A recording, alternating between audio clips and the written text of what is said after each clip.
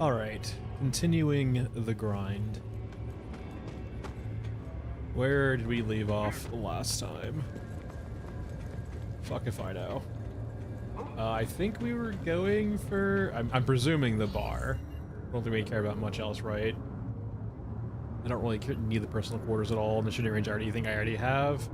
So really just you. And so we're 27 foam away. Alright. Okay. We'll bring in Ake. I think I have 4 drones currently, right? Yeah, I got 4. We can do a lot of tunnel C, tunnel D grinding today. For that foam. 545, we'll bring like 200 rounds. We'll find more backup shotgun, just a USAS for just panic purposes, really. Are you not the upgraded one? Let me get the upgraded one. Restore.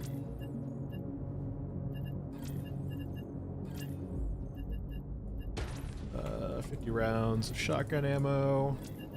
A little bit of 545. Let's go 250. And some meds. I believe that's everything. I'm starting in tunnels C, so I don't really need to bring a drill. I don't think on any of these maps you really get a chance of getting drill content done. Maybe on downtown, but I wouldn't risk that, to be honest. Alright. To tunnel C we go. How are we on water? I think we're a little low on water, aren't we? Yeah. We probably need to do a tunnel, a water run with what's his name eventually? With Bagman in the rack.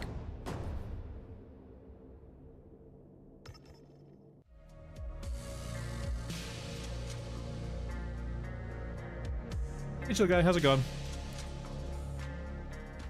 I don't have a good feeling.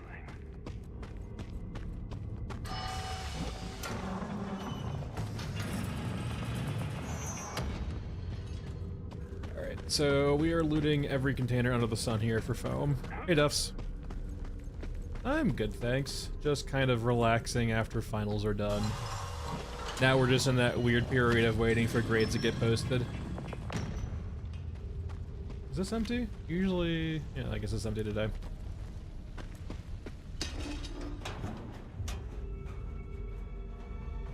So far, I know 2 of the classes are like guaranteed A's.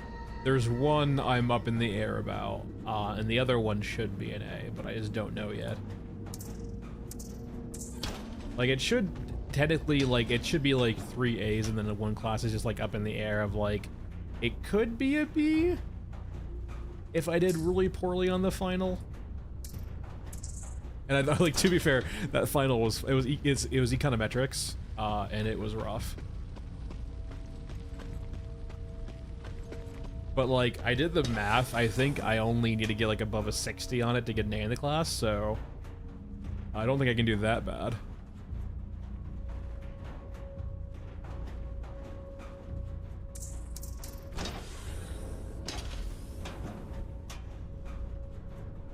Granted, it was a very rough final exam. I'll take Hoodbreakers, power cells. Oh, I'm definitely gonna pass. That's not a question at all. I could get a 0 on the final exam for econometrics and still pass the class. Granted, with the master's programs, it's a bit weirder though, because the min-requirement GPA is 3.0. Actually, technically speaking, if you fail a class in grad school, you get immediate probation.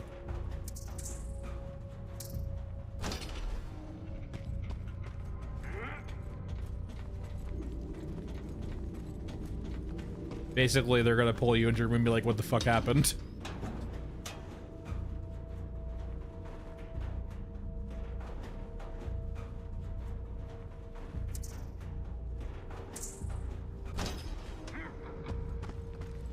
This might be a dead end up here. I'm just trying to look for basically we just need foam, man.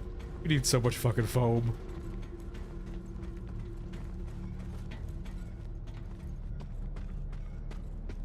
I don't think we're supposed to be up here.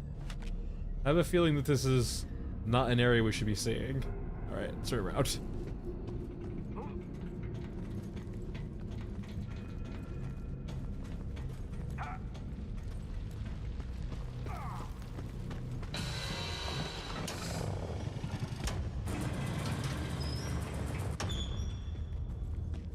Yeah, that's what the grind is here for. I don't think I've ever seen that much foam in these tunnels. I think our average last stream was between like 4 and 6 in that ballpark for both tunnels.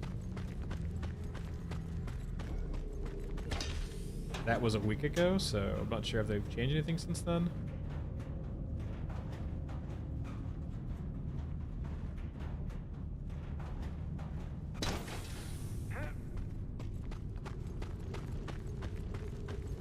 Basically, it's felt like, I think the analysis I did was like, for what, like, was it like 20, 30 minutes of gameplay? Like, maybe it was like an hour, I think, actually, for like 4 to 6 foam. Yeah, I think it was working to it. I think we like equated like about 10 hours of gameplay to like unlock the bar just from a foam perspective. Nah, including monetary. Monetary is a bit easier, though. Are you dead end too?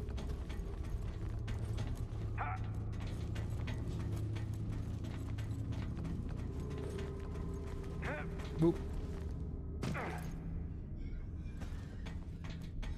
Thankfully, the money is a lot easier too, and like it's nice to like be able to break up the monotony of doing tunnel spam with occasionally like a mesa break for like doing codexes.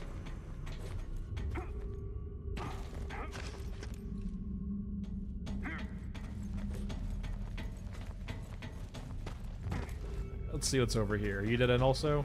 This might just be a pure dead end actually. That's a dead end. That's probably a dead end too. So we'll just go back the way we came. Yeah, this is the dead end. Very dead end. Okay. Back the way we came.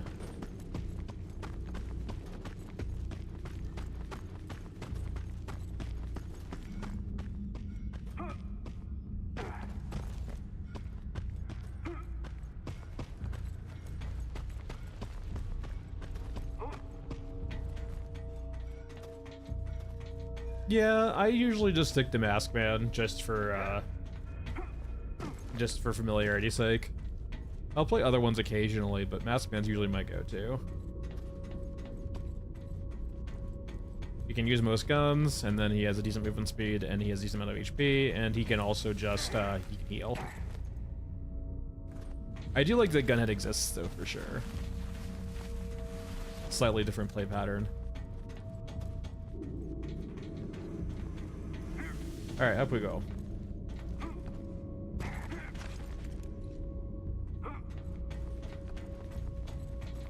I believe that's where we came from. Let's go this way. Yeah, I just like the fact that he's like a kind of a jack of all trades kind of guy.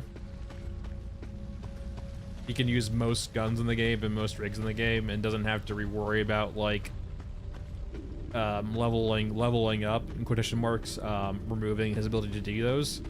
The weapons he does have to re-level up, but like the main thing that irks me is like having to juggle rigs when you level up characters, which typically means that I don't play a whole lot of old man or scav girl.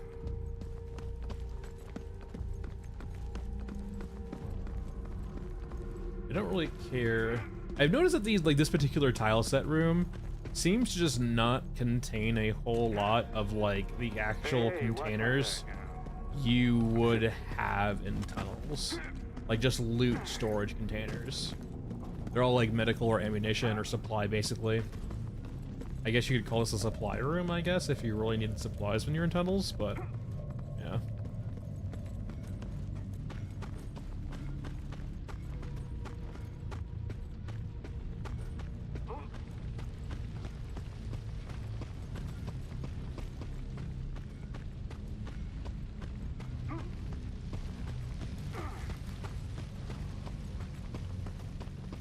Let's continue on our way.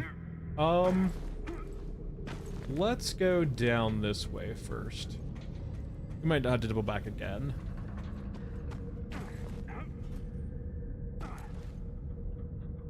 And this shouldn't be a dead end. I think this curls to the left, and we'll have another of that tile set of hell. Let's see. Yeah, it curves. Okay, it's this one. Okay, never mind. I'll take it.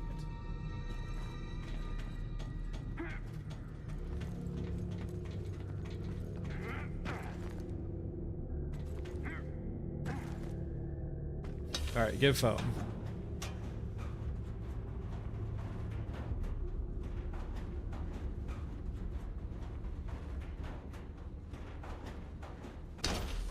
I said give foam.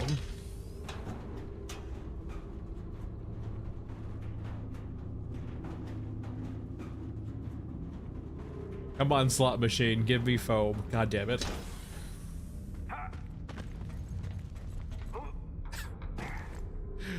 I'm not gonna lie, I'm gonna lose my fucking mind grinding for foam. These goddamn tunnels and their endless slot machines.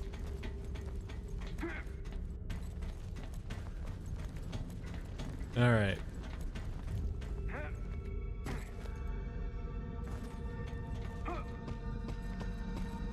Need to be worried about an exo up here. Yeah, you know, it's just the looting in tunnels is very rough in general if you're trying to target farm.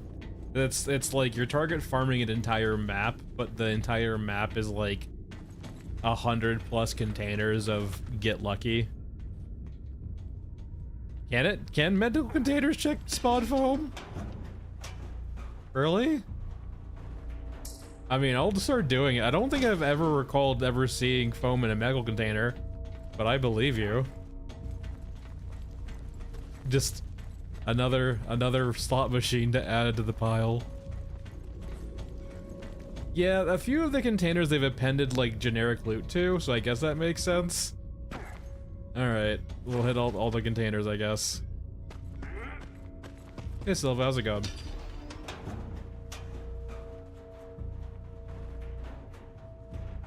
I guess I'll take SIGs too. I forgot we're doing Lordos also, so let's get some SIGs.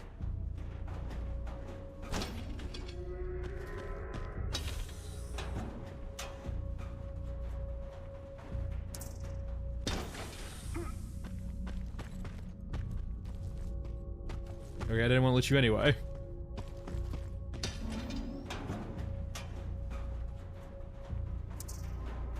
Yeah, but like, generally speaking, when I expect slot machines in a game, I usually expect it like to be like MTX related. This is just naturally here. Alright, let's go down and explore down here real quickly to see if there's anything of note in these containers.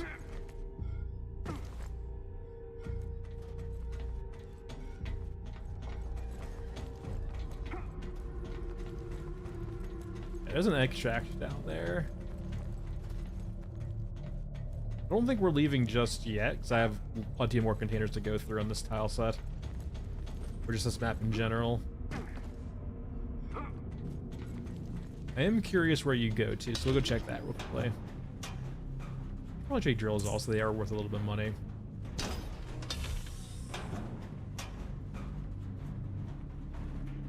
I will take SIGs, I need those also.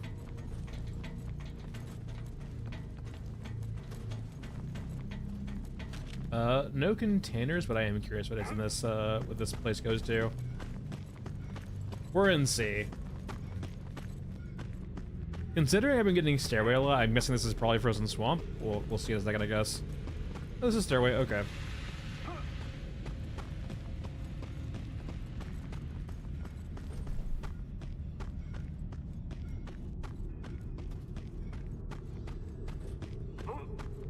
I don't really have a preference between the two, because they're just transitory. Yeah, that's fair. I haven't played this last week either, so... But now I'm free. Dobby is free.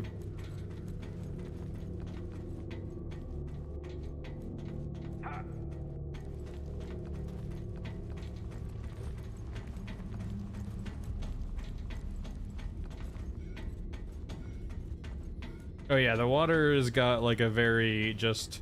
if I recall correctly, it's just like an insta-kill trigger eventually. Yeah, I mean, I like the concept behind tunnels. I do think the game needed something like this. I don't love the implementation, but like the game needed something akin to this.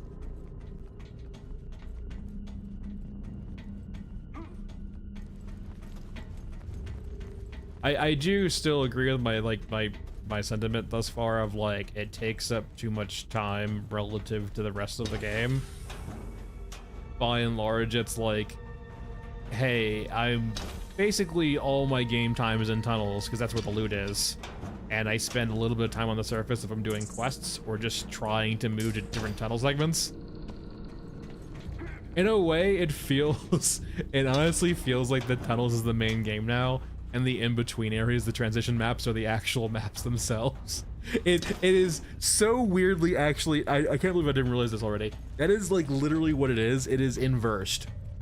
The bespoke maps feel like the length you would have to actually, like, the length of the bespoke maps feels like what the length of tunnels should be, and the length of tunnels feels like what the bespoke map should be. It is literally inversed.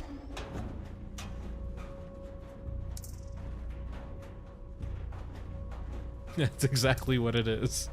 It's flippity floppity.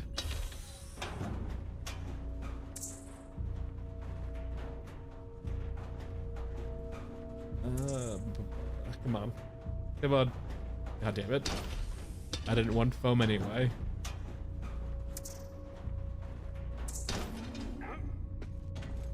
Who needs foam in this day and age? Foam is for the weak. Real men use Elmers and 2x4s.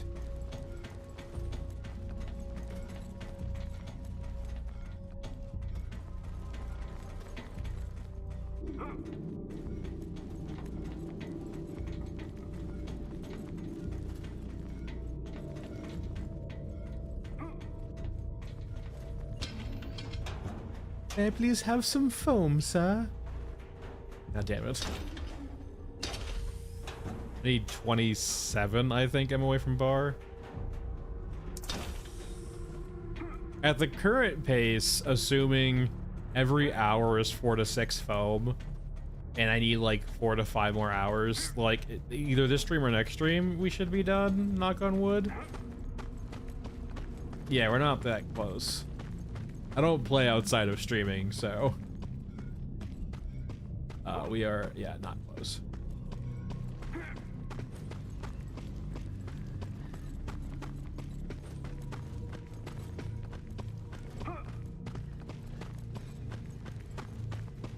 As also including Jed, I don't have the personal quarters yet either. Granted, I'm not really in a rush to get that, and neither am I. I'm not really in a rush to get the bar either, but like between the two, I would get the bar first.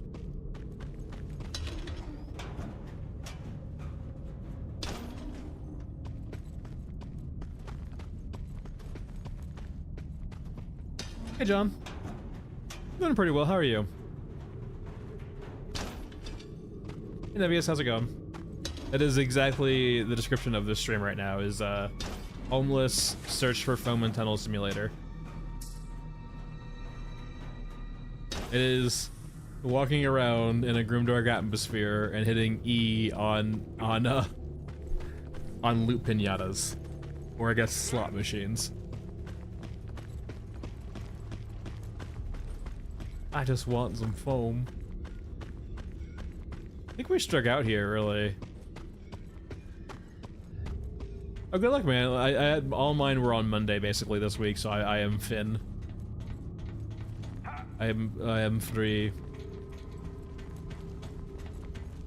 All right, I could go back further and try to find containers, but we've looted a lot of containers on this map already, so let's just go through and go to the next map. Stairway we go.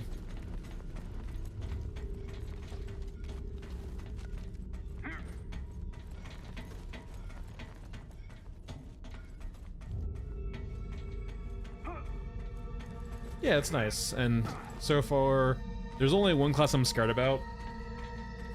And by scared, I mean like, worst case scenario, I get a B in it.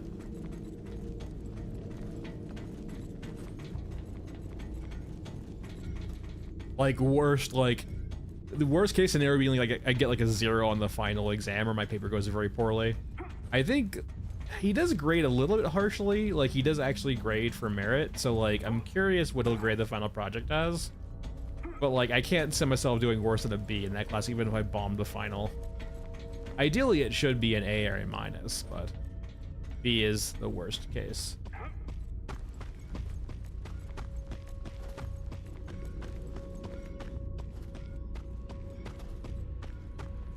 Oh yes, the good old mask man upskirts. Never change.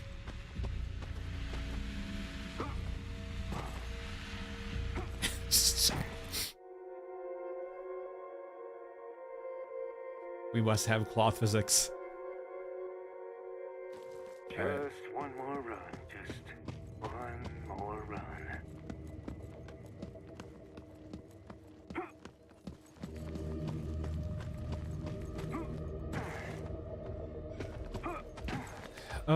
Do I really need to do anything here? No, this is just a run through. There's like no containers on this map anyway, worth looting.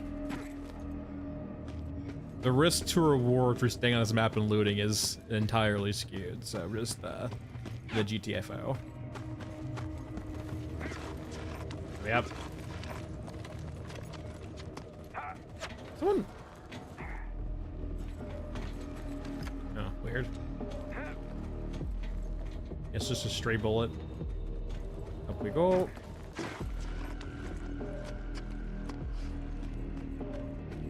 Yeah, I mean, you can just go. If we just hug the right here, we should be able to get around them if they spawn. It's not really too big of a deal.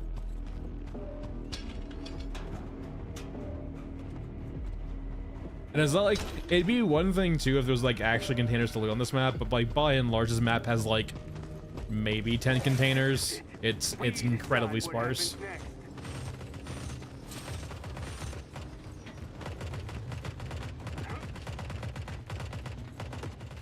Let's cut in.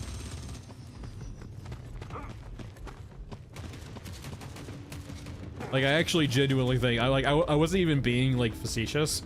I genuinely think there might be 10 containers on this map in total. There's not a lot of container spawns on this map.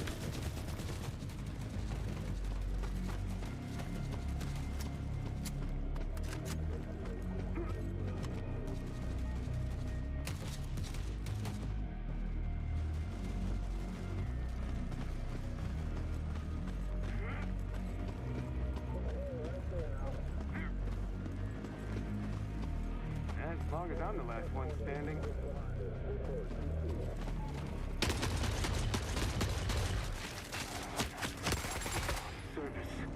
Let's not take cigarettes.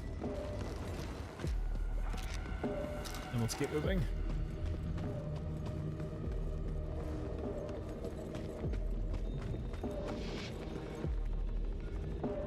Yep. No helicopter. There's like what, like maybe 3 to 4 up here. There's a bunch of loose spawns up here, I will say. But yeah, there's not a whole lot of container spawns on this map. And quite a few of them are in pretty awkward areas.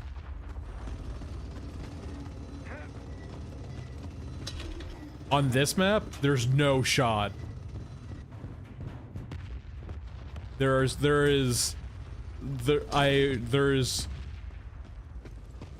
no way there's 30, maybe loot spawns. I will say loot spawns, yes, if you consider maybe loose loot items like, you know, the large item containers. But like actual like container spawns, there's no way there's 30 to 40. I'm not sure how close or far away we are from 1.0.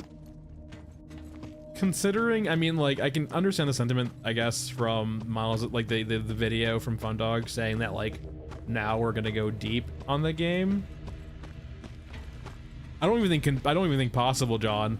I think there might be like 20, 25 possible container spawns at most. Once again, ignoring loose items, like large container slot items. Deliverance, I don't think we're anywhere close to 1.0. As perfect a day as any. I think they have a lot of ways to go.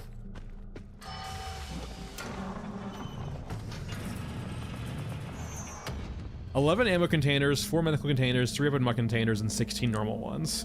So there's 35, 34 in total, if I can count correctly. And they're not all going to spawn at the same time.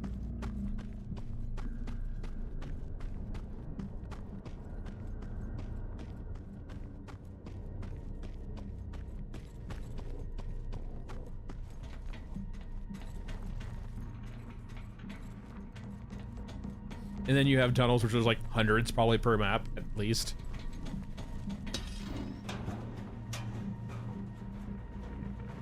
Yeah, but like 30 to 40 is kind of insinuating that there's actually gonna spawn that many. They don't spawn the full amount. Also, I would go, let me think. 1, 2, like 3, 4, 5, maybe. Like, by and large, so many of them are worthless. I play all high at 60% scaling.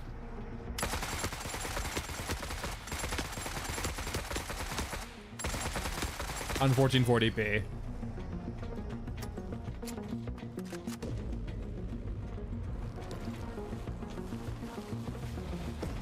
But no, yeah, I don't think we're close to 1.0. I mean, yeah, we could be close, we could not be close. I'm assuming, I would hope for their sake we're not close because this game is so underpolished, or not underpolished is the wrong word, unrealized. But I don't know. It's gonna be what it's gonna be is all I can really say.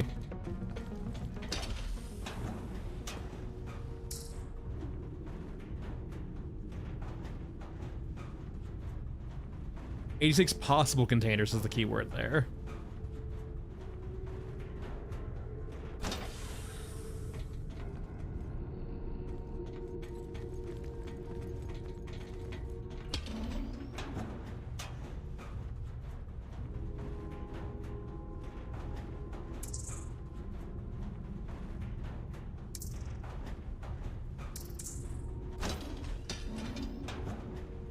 I've gotten some motors at least, I guess. So I've gotten like drone components off of this, but I haven't seen a foam yet, which is very sad. I would be more concerned about Deliverance. I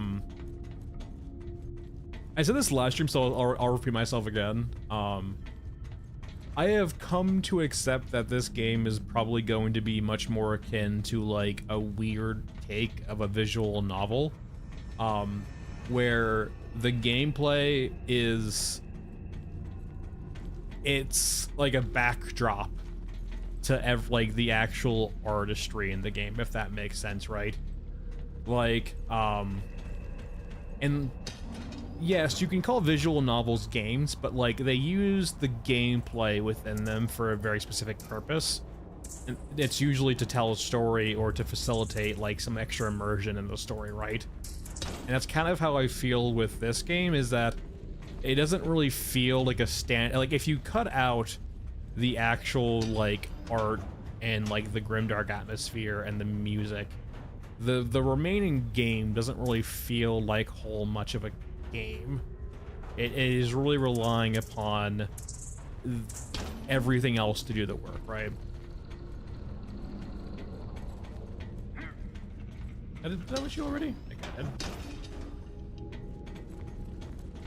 That doesn't make it like bad or good. It just means that like you should like kind of temper your expectations if you were hoping for like an actual deep game, but then realize if you're more interested in the vibes, they're probably giving you exactly what you want.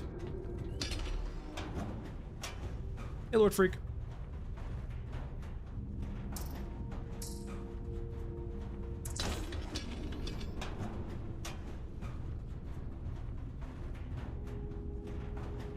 I will take the power cells. Have I not seen a phobe yet? My god. Gonna need to bump down that average of 4 to 6 down real low.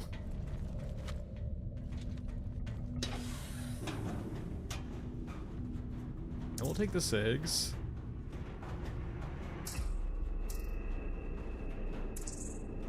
I mean, we're getting plenty of motors at least, though. That's good for just getting extra drones, I guess.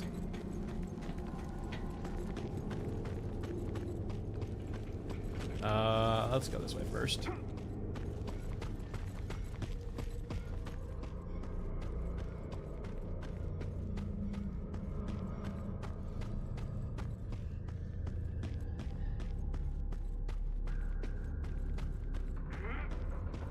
I will say too, Ramparts, that like there is this weird thing when you're playing 60 FPS, it never looks or feels as smooth as watching 60 FPS, right?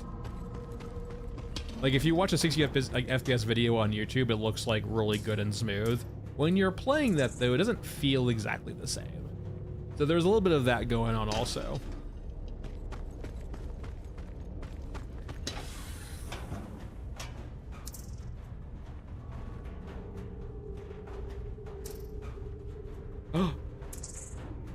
Yeah, it's interesting. Whenever I see the black light, it's usually there's a lot of instances where like foam will follow black lights. Man, the way they do looting's gotta be very weird. Like there's definitely, yep, there's a fucking pattern here. My God. Yeah, the way they do looting seems very weird because they're so easily recognizable patterns for us monkeys. On like, yeah, they spawn in clusters. Yeah, it's very weird.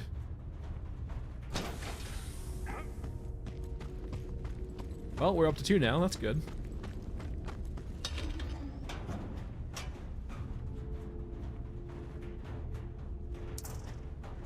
I'll take one more stem. Why not?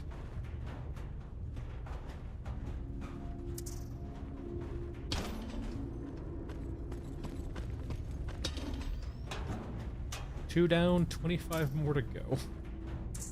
And then 2 days and like 5.2 million. Yeah, I'm not really a fan. Like, I don't like the whole. Yeah, it doesn't feel. It feels weird. It makes it even feel more like a slot machine. That's basically literally what it's programmed to be.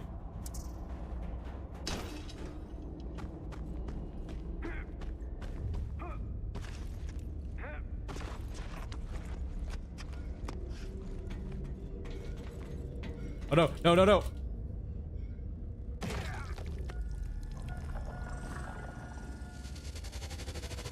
Oh, stamina.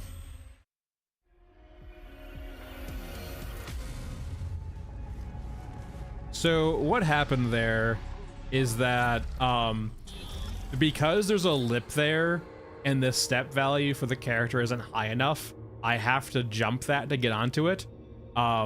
And I didn't have stamina, and so I hit jump, and it just slid me off. Or it didn't even slid me off, it's like, sorry, let me rephrase. I was still hitting the W input key to try to jump and move forward. And so, like, because I didn't jump, I was running into the pipes, and the pipes slid me off.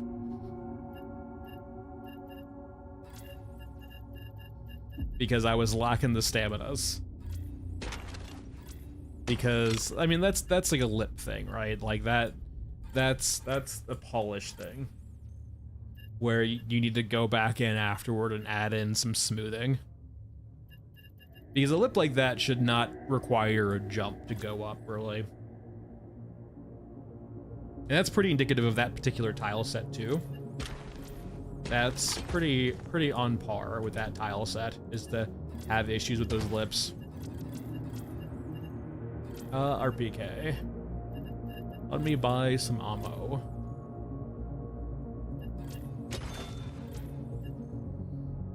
Yeah, I don't mind, like, I don't think the platforming is all that bad in the game. Like, I don't think it's that crazy. But the main problem is that, like, there's a degree of cope going on, in that regard, of, like, ignoring quality of life issues. Under the guise of you just need to learn how to jump.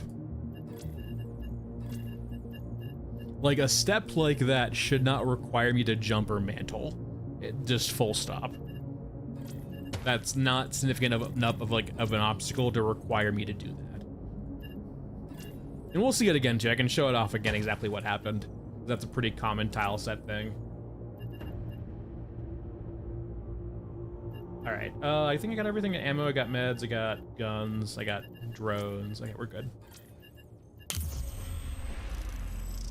I think after this I'll probably have to do a run with Bagman for some water on Elephant.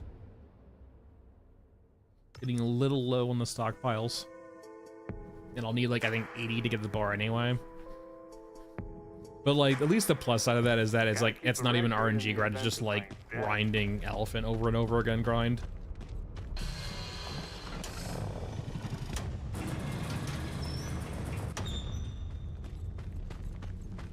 Alright, this is a different tile set.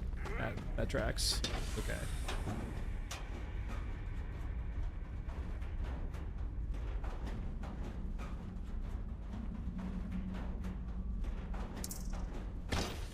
I wonder if I can show it off here. See, this one actually has the ramp here, right? To like facilitate the smooth movement.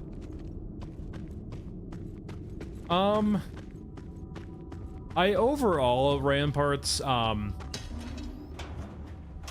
the way I would view it personally is they don't have a lot of coding resources, and so that's always the thing you have to be mindful of. Is when it comes to actually doing the back-end work, they don't have a lot of bandwidth in that regard. To like redo movement, to redo physics, to redo X, Y, and Z, those all cost their programmers, right? And they cost their programmers time. In contrast, though, what I am mentioning, like the step levels or kind of just like the smoothing between different areas of a map, that can be done by the level designer or just anyone really that has any idea how to do it in UE5, right? It doesn't require actual engineers to do that. It just requires a bit of time and a person to go into the maps and do that. That's it. It is. There's a yes, but also no.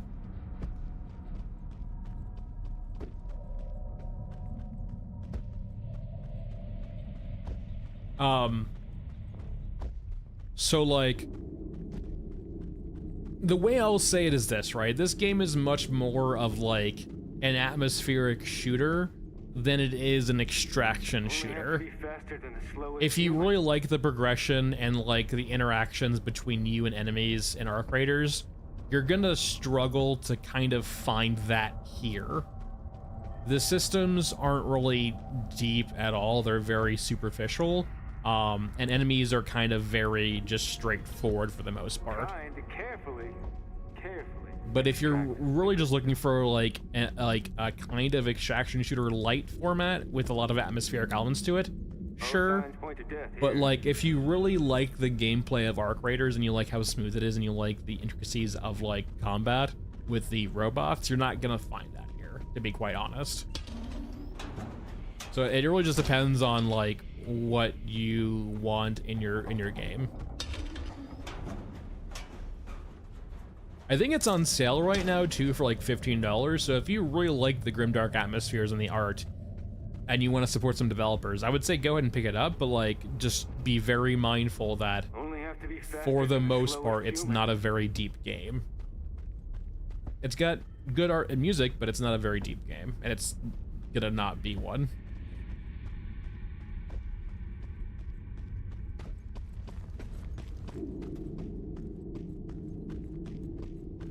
As a plus or as a minus, Alv?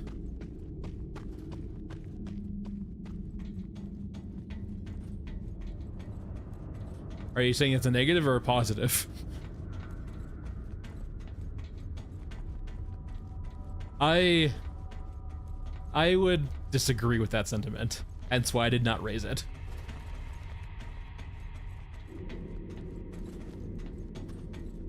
Like the plus side is you can see mechs fight and do sync kills on each other, but once again, it's not very deep, right? It's not a gameplay plus. It's just maybe an atmospheric plus.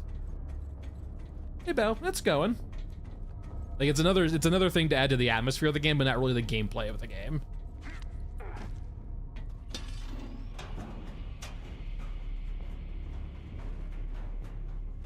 Give foam, please.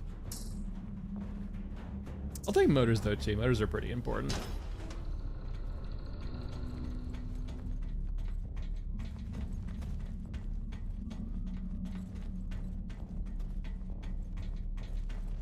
Because like the main reason why I don't really consider like the NPCs fighting a plus, it's not really emergent, it's very kind of static. Yeah, but like there's that consideration too where it doesn't really hold up to the fourth wall very well. The illusion breaks very quickly because the spawns are done in such a way where it is very formulaic pretty quickly. Kind of like we're seeing right now with the loot containers. They're like humans are very good at monkey brain predict. Like we can see patterns. That's why we're so good at things. Like it's why we're smart. Quotation marks.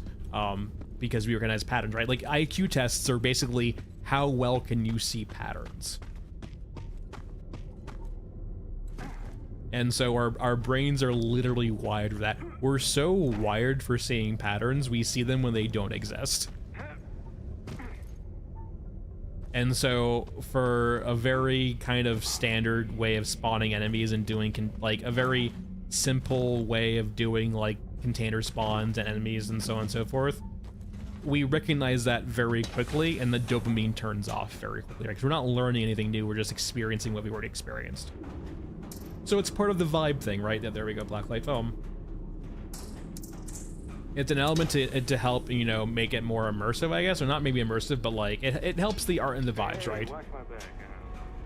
And so that's where the game excels.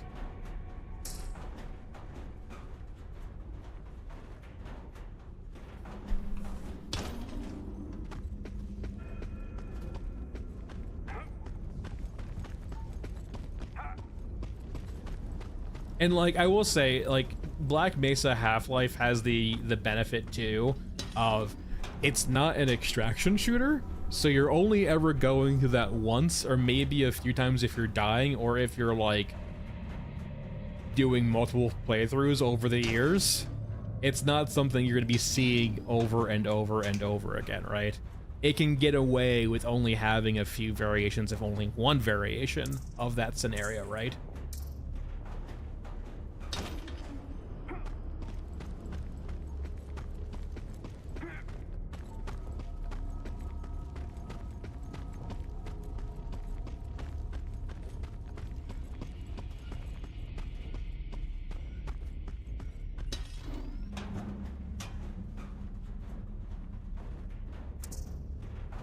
Oh, yeah. Patterns.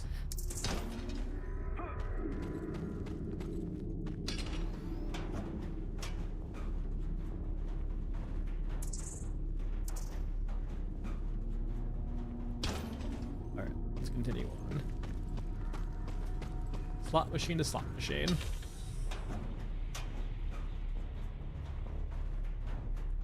May I have some foam, please?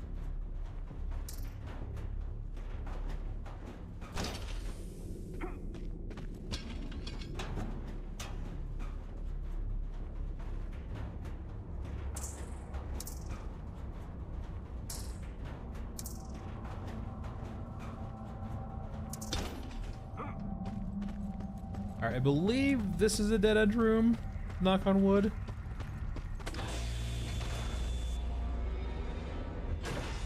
Yeah, okay.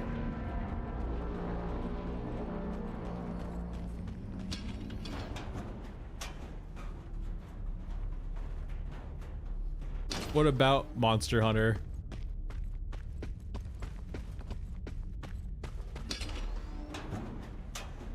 Like this game? Like Grimdark Safari Hunter?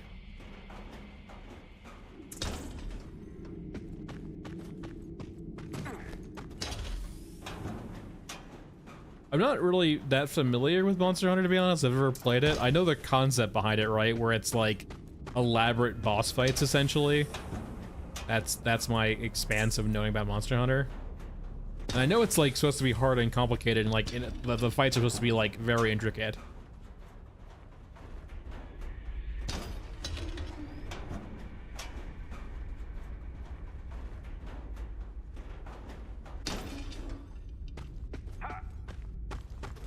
I guess my question for you, Alva, is what are you trying to reinforce by bringing up Monster Hunter? Like how cool it is to watch things fight each other, or what's the parallel here, or the thing we're trying to like? Are we trying to make a point here? I guess is the question.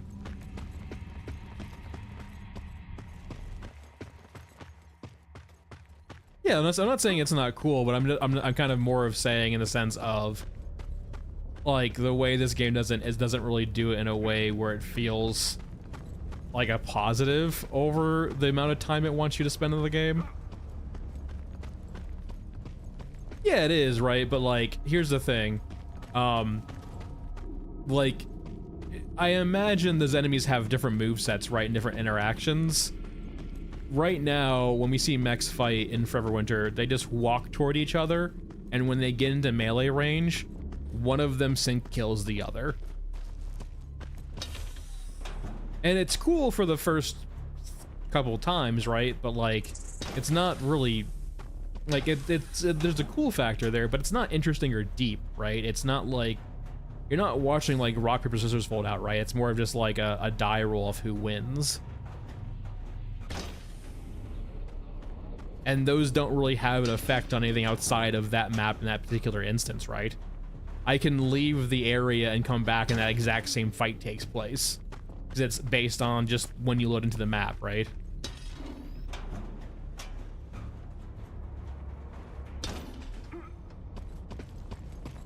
I'm not saying it's not cool, I'm just saying it's not like... It's part of the atmosphere, it's not part of the game.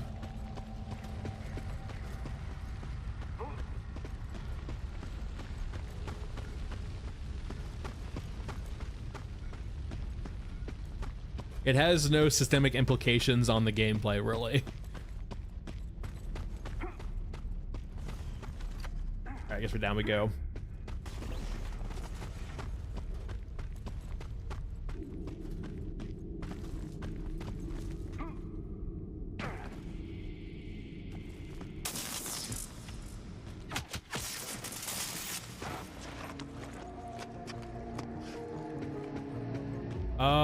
Between all of my tapes, like 4 or 5 times, maybe 6. I think I've seen it on Mesa like maybe 2 times. I've seen it mostly in Elephant, right?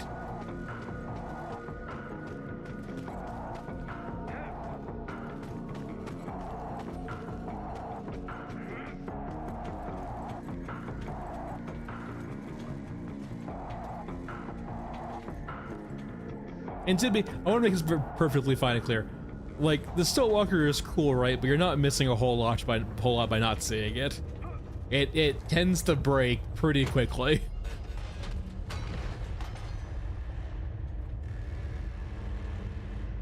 No, it kind of just walks around. It might kill a thing or two.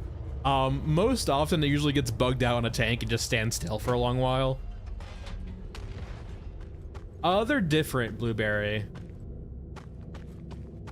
One is more of like the heavy weapons guy, that can carry like anything in the game really, except for small stuff, I guess, with pistols and SMGs.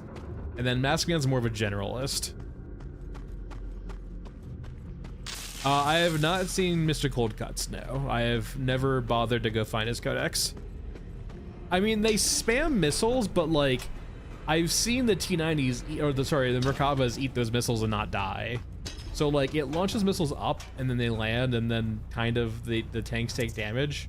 But like the same base AI pattern is there, right? Like for every other unit where it will walk forward toward an enemy and it will do that repeatedly. And so eventually we'll get into a spot where it can't get any closer and it kind of just gets stuck.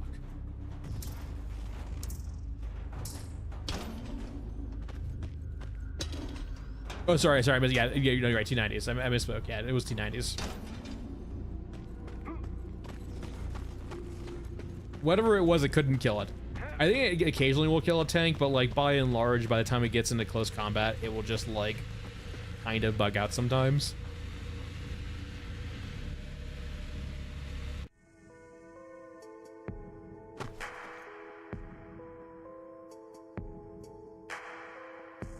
Wake up, rinse and repeat. Stay alive. All right, we're gonna do an actual run here. We're gonna count the fucking containers. I won't explore every avenue, but I'm genuinely curious. Hey, Rose. Why are you so tanky?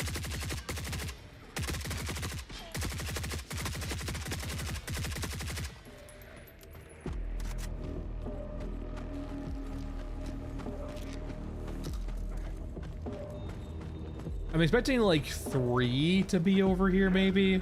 Like there's usually like 1 on the platform, then 2 inside the room. There's that one. Is there anyone over here? No, there's not. Okay. So here's our first. Yeah, for a newer player or just like doing tunnels content, if you have to backtrack as Bagman, I'm sure that's very painful. All right, so that's 1. We didn't have any spawn in here.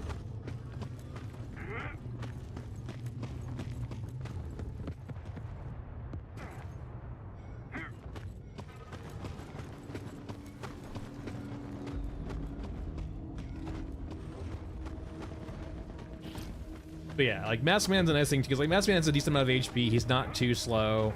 He can carry most things. He can use most weapons too. He can't use them all. He can't carry everything, but like he is a good just middle jack of all trades. If you want to be a bit faster and a bit more vulnerable, Shaman's a good alternative. But he does have some shortcomings too, of not being able to use most weapons or like heavy weapons like grenade launchers and stuff. All right, so here's 2.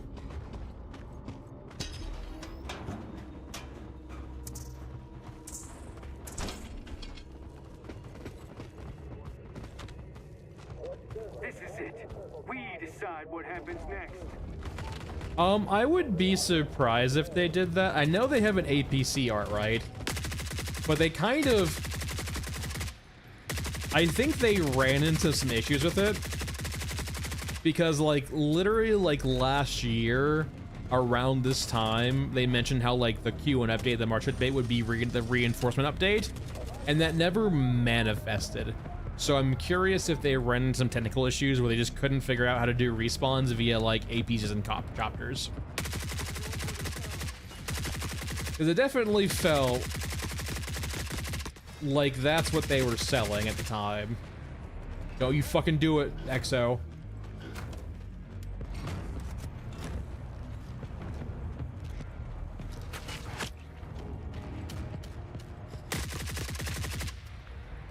Shoot the chopper, not me.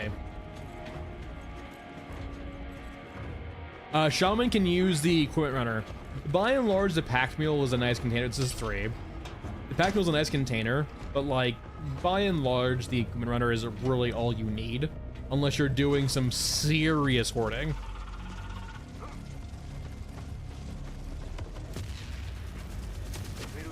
There might be one up there. I didn't see it though, so we're not counting it. Fuck off, drones. So we're still on 3. Yeah, like, yeah, they did, but it's very scripted. Very scripted, ALV.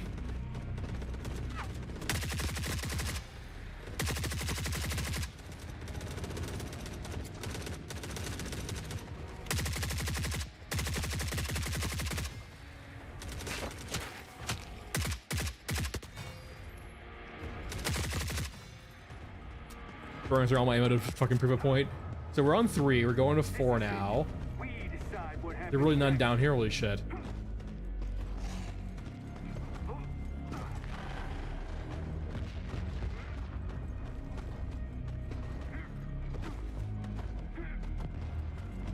Okay, here's 4.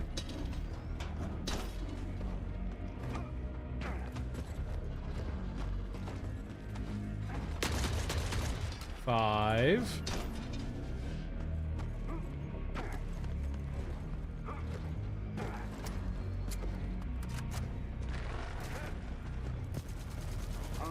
I think they spotted us. That's it for us. Yeah, I'm not gonna get into the technical details about it, ALV of how they could do it, because they clearly have ideas of how they want to do things. And they know their own code base, I would hope, so...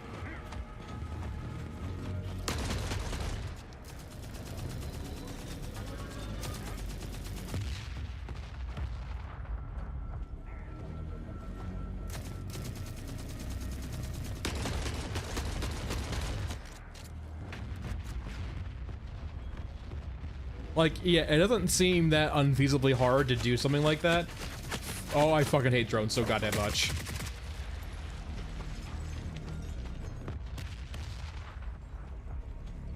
Okay, so we're still on 5.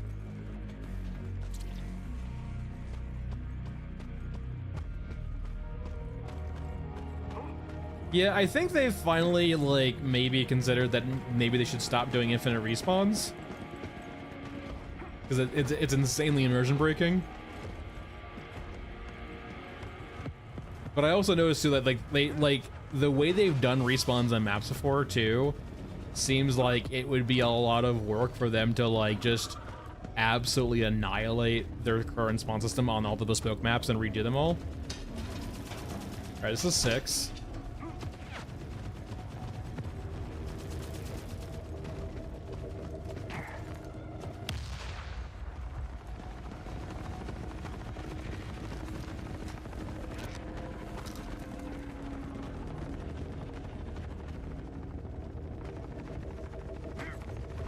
Maybe they're actually...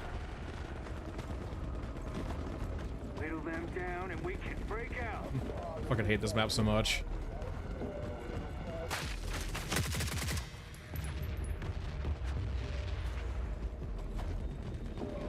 Fucking just exos everywhere.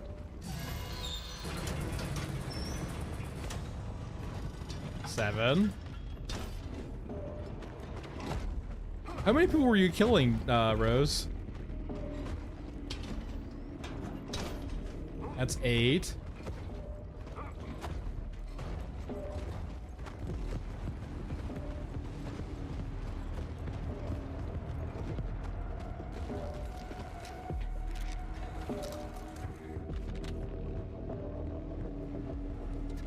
As long as I'm the last one standing.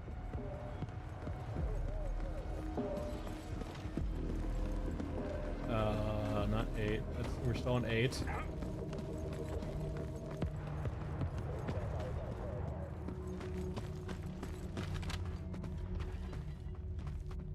Alright, I'm not gonna risk it. We'll give it the benefit of the doubt and we'll say there's 2 more over there. But like, I've done a fairly decent clean sweep of this map. And we can like, even giving the benefit of doubt and adding like 2 more containers over there and being, I would consider generous. I would consider that we've done a pretty decent run through of this map and we saw about 10 containers.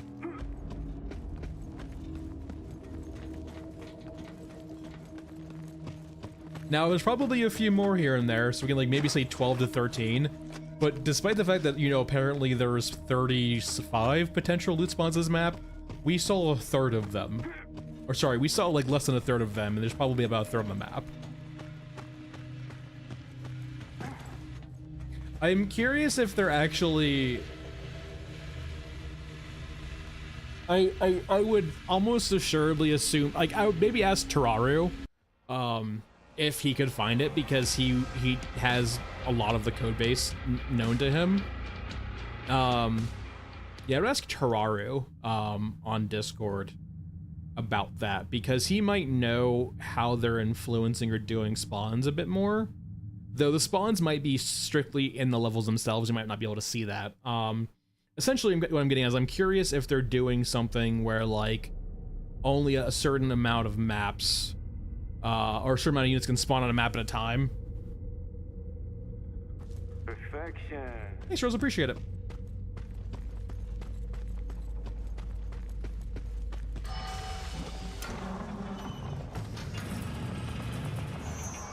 Alright, let's go find some foam, and also let's find that tile too. I want to basically show off what I was showing before, where like if you're not careful, or rather, there's a few areas on Tunnels maps where, like, you know, if you're not careful, there's not a step up, or there's not like a clean transition, so you can just like literally just kill yourself by accident.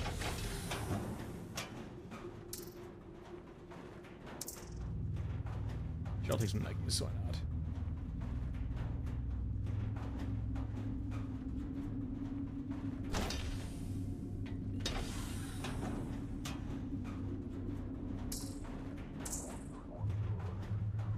I hear people. Are they to the right of me or above me?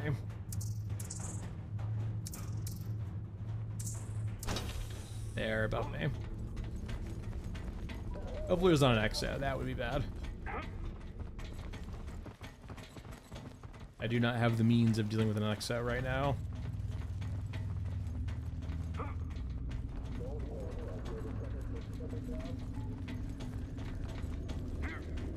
Oh, that was very dangerous of me. Hey, Game Shit, how's it going?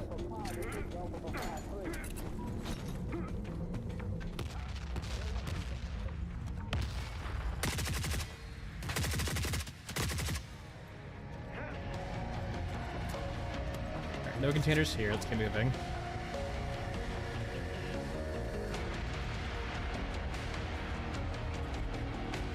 But no, like the reason why is like maybe they're using their theater of war system to influence spawns, but the way they're doing it is still strictly by their very hand-tailored spawn systems on maps.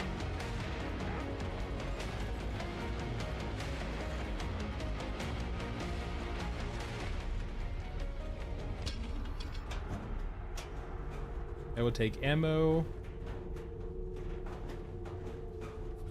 World's most useless ammo.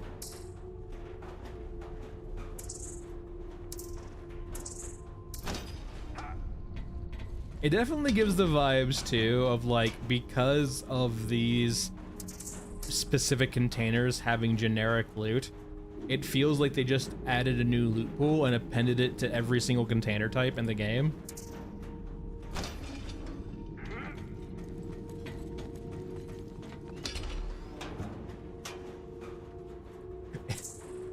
Actually, thinking about it, oh man, that would be not a great look. This is definitely, I would consider it an uncharitable look or interpretation. But if their current looting system and how they handle loot is so old that they don't really want to spend the time to go back and append it or rework, like relearn how it works or get back up to speed on it, it's easier for them just to add a new loot pool and append it to containers. Oof.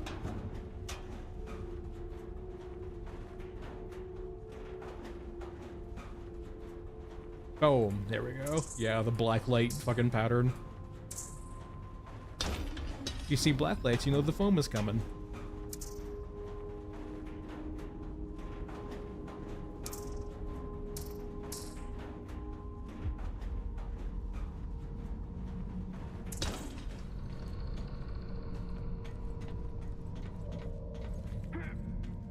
Yeah, that's kind of what it feels like. A very sequential way of doing things, I guess. Okay, this is perfect. This is the tile set where we died last time, so I can actually show you guys exactly what I mean. or rather, game should collapse upon its own weight.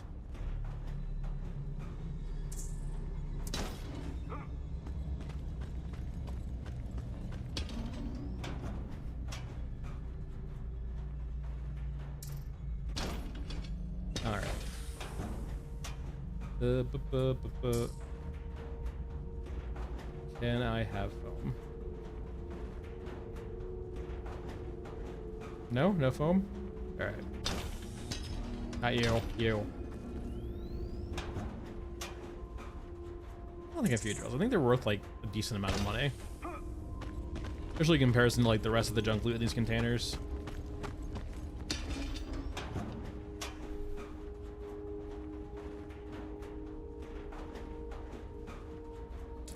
Yeah, I mean, tech debt is a consideration. You could call it tech debt and you probably wouldn't be wrong.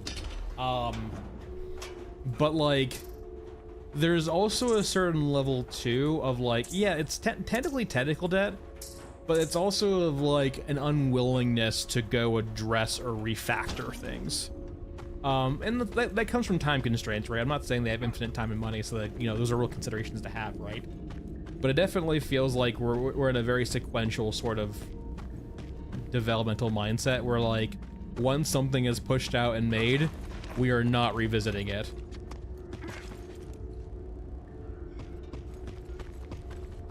So it wasn't exactly this tile set, right, that we died on? Hold on. The biggest thing is not to drain our stamina here, because that's what killed us last time. Okay, this will be a good example, actually. Like, that right there will be a great example of this. This is like one of the tile sets that causes this issue. There's a few spots in tunnels that has this issue also, but this is one of them. You can see, like, right here, like, this should be smoothed over. Like, that, like, yes, like, there is a gap there, right? But that's something that needs to have, like, a no-clip box in it, or just, like, an invisible terrain to make moving here to here smooth. That type of, that should not require me to jump. Like, same thing here, right? You can see I'm sliding around now. I'm just dropping down. This gap requires you to jump, but it doesn't look like it should.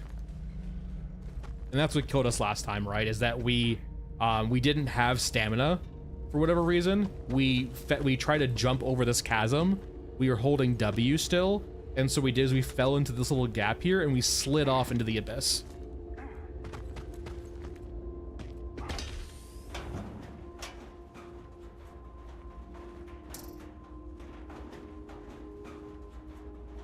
But for like newer players or players unfamiliar with it, like they would not know to jump that, right? Because by and large, right, a lot of players will see this and be like, yeah, this is fine. So lots of games will smooth that over, right? And then they'll, like, if they cheat a little bit, because, you know, people aren't going to like left turn this and go exactly to a left turn 90 degrees. They're gonna cheat a little bit, right? Because they're gonna think like, yeah, this is smooth. I'm gonna walk over to here.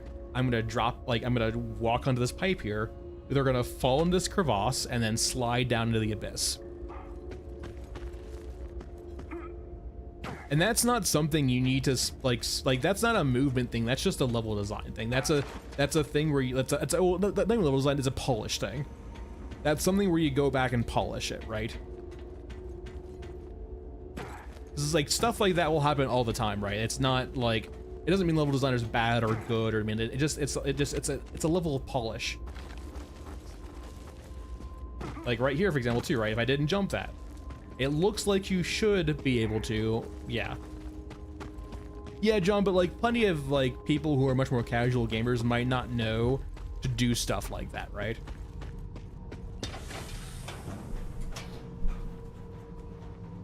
It's also too in the sense of like, yeah, like for a game to say like, if you're in tunnel C and D and you spent 45 minutes of your time getting up to here, right? Having that be your failure point of just some weird quirk with the level design, or the smoothing out of levels, is very, very, very annoying. Nice, James.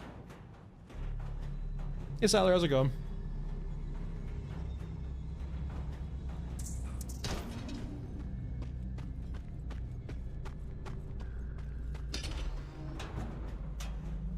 I'm glad you're enjoying the game.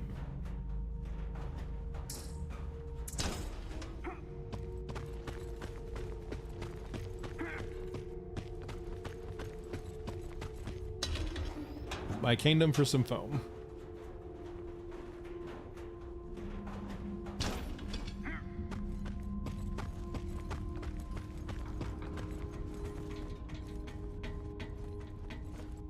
Yeah, I mean, it's rough. Like, we were talking about this a little bit earlier, right? But like, I'm very cautious of who I recommend this to, because it is much more of a vibe than it is a game.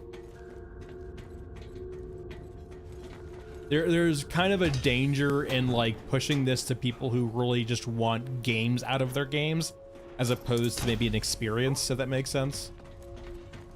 Like, I would by and large not recommend this to most Arc Raiders players.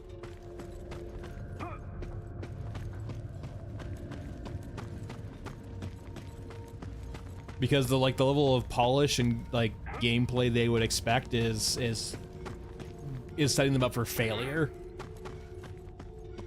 Yeah, that's a good akin, like, you know, like setting them up for like that levels of Jank 2, right, is perfectly fair.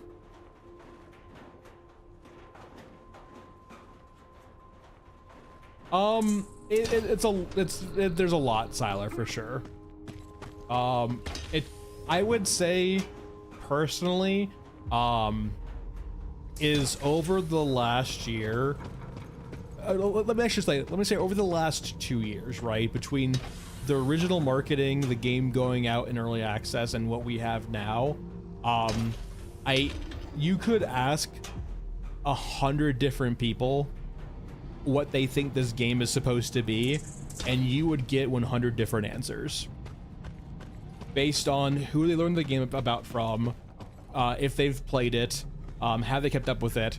Like, the game doesn't really have a, like, outside the grim dark atmosphere of the game, which is, you know, very well done, the art's great, the music's great too, it's really hard to get an idea of what it's trying to be on a gameplay front, right? Because if it's trying to be an extraction shooter, it's not really trying to do that very well, because extraction shooters live and die by systems, right? And this game doesn't really have any.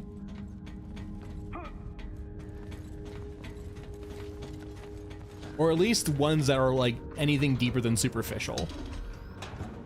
And if it's trying to be just like a very shootery sort of atmospheric shooter, it has issues with the gunplay. If it's trying to be a stealth game, it has issues with the stealth, right? Yeah, but there's no survival elements in it really, right? It feels kind of weird in that regard too, right? It doesn't feel like it's that either.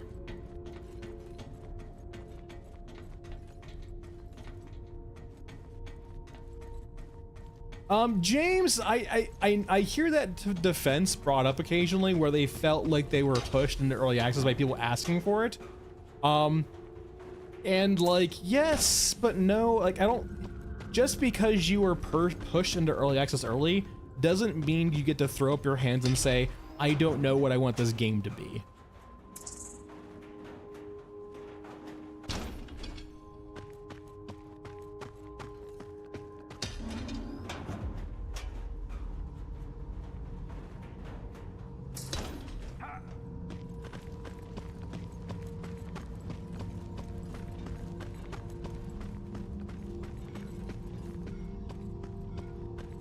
Now, like, it's fair to, like, I would say for critics to be like, if critics are treating it very harshly from, like, the performance or, like, bug standpoint, then yeah, like, you know, they were pushed out to early access early, and that is a fair take in my opinion. But to, like, not know what you want your game to be at that point feels kind of sus.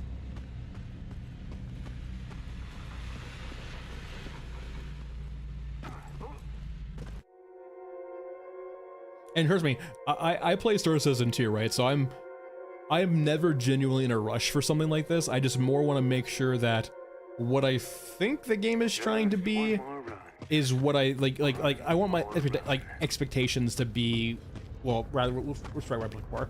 I am trying to basically get an idea of what this game's trying to be so I can set my expectations fairly.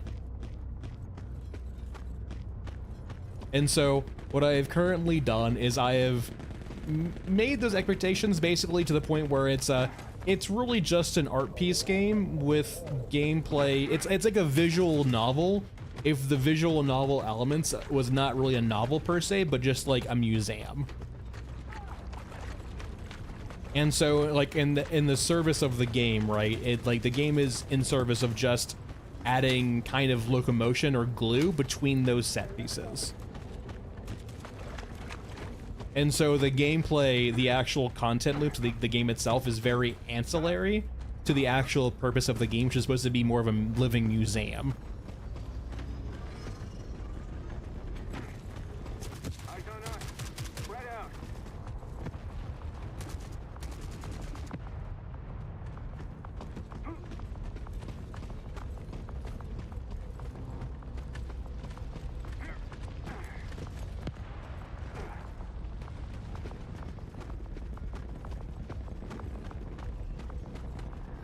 No, yeah, like,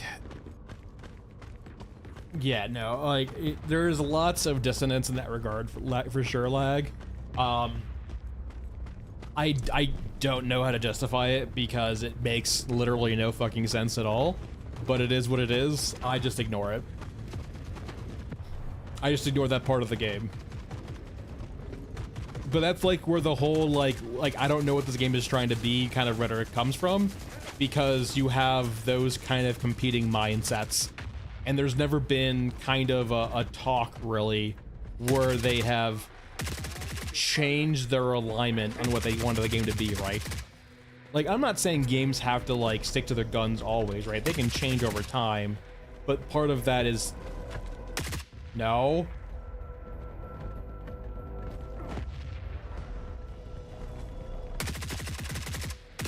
Part of that is communicating that.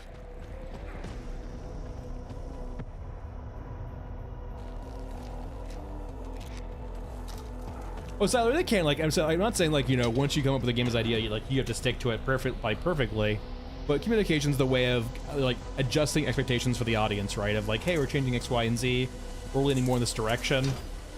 They've never really, like, had their reckoning for making the railgun and now making the AT rifle, when their pitch on their Steam page is still, you're not that guy.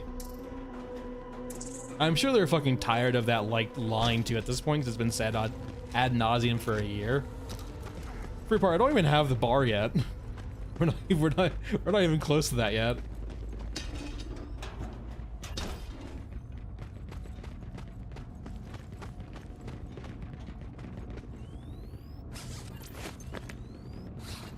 We're on the hunt for foam.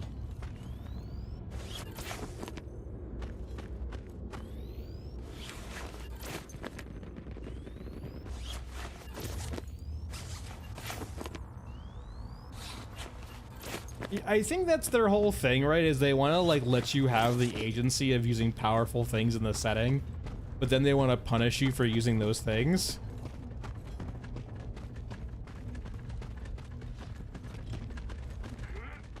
It's like giving a toddler the car keys and then like spanking them for putting the car keys in the ignition.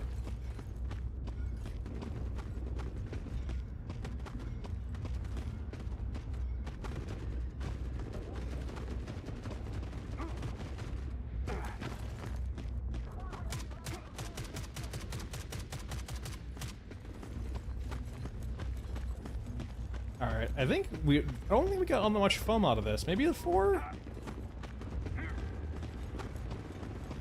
Another day. Ooh. Well, I don't think they spawn free part until you actually build the bar.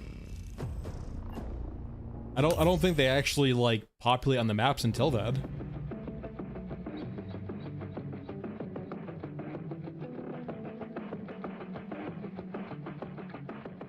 Alright, how much foam we got? We got 2,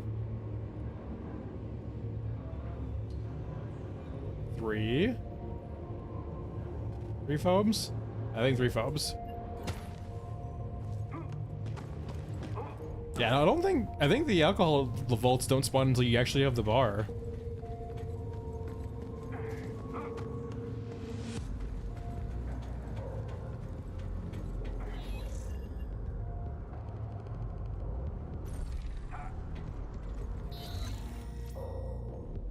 Oh, I don't have my personal quarters done either. All right, let's go do a National Mesa break, get some codexes. Or attempt to get codexes, I guess.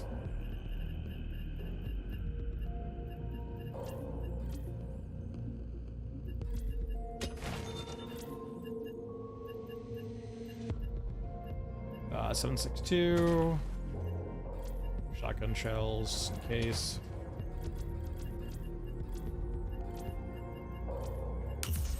Oh, meds.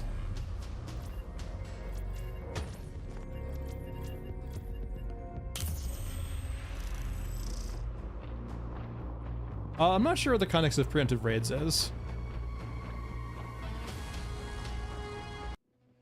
I don't think so. I don't have the shrine. I don't see a reason to build the shrine either.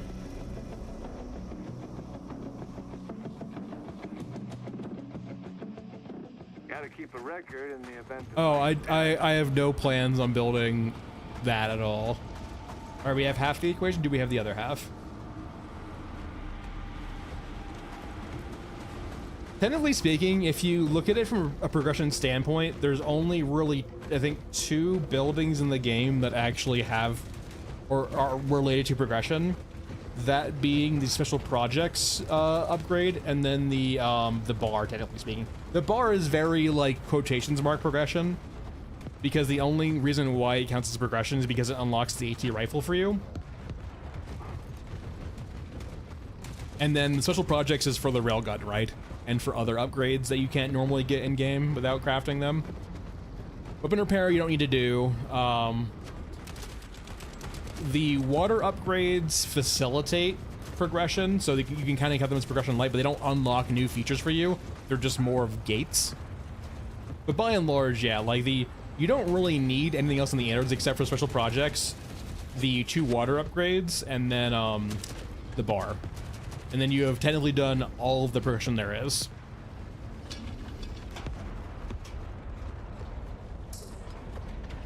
Everything else is kind of not necessary.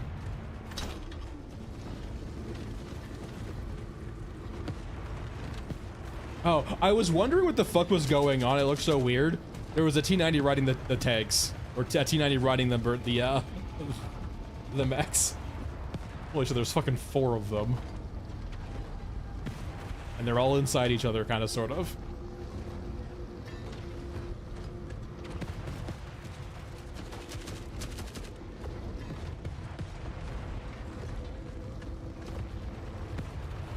Alright, rip the T-90. Surprised it lived as long as it did.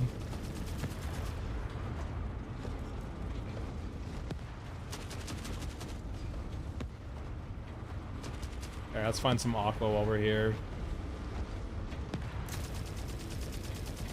Fortunately, we're not gonna be able to get any, anything codexes off any of these guys.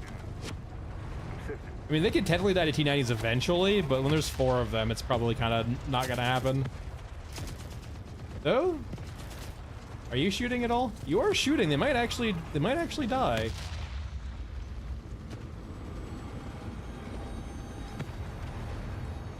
I don't think so, Jarek. The only, like, hard restrictions, I believe, Jarek, are the water amounts, right? Like the only buildings that serve as kind of soft locks for their buildings is the water buildings, because they raise your, like, base amount of water you can carry, right? So, like, the bar takes, I think, 80 water in storage. Well, at least one died. The bar takes 80 water in storage, and you can't actually have that without the water upgrades. I believe that's the only actual kind of sort of locks on getting the bar.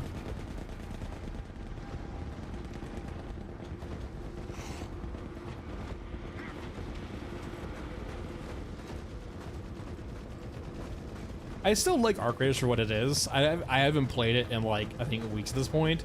Just because, like, what? Like, there's not really... It's more of a sandbox game than it is an extraction shooter game, right?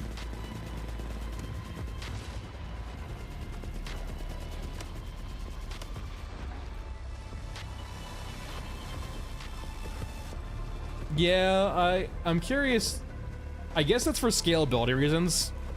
I imagine they're concerned they just couldn't, like, essentially have all of the stuff they're planning connected to the innards. So it's for scalability reasons, which makes sense to me, I guess. I can understand that. I do think them being indie also gives the benefit of, like, I'm okay with loading screens, right? Bethesda shouldn't have to do loading screens in their space game. I can understand if an indie developer has to do loading screens in their indie game.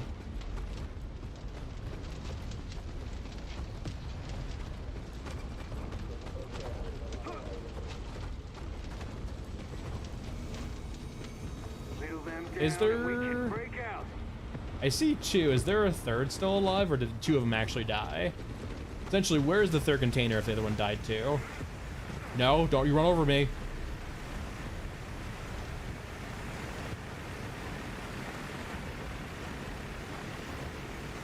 I don't mind the PvP aspect, and just the problem with Arc Raiders, in my opinion, is that there's just, like... There's not really any reason to do anything in that game outside of just, like, having sandbox fun. Like, shooting the shit, like, right? Like, there's a very loose structure in that game to provide, like, a loose, like, a, hey, get in, do things, and then get out. but like by and large, there's not really a reason to do any of it. Like, I guess you get cosmetics if you want to do like the quarterly wipe, but it all feels kind of just like, why? Is there?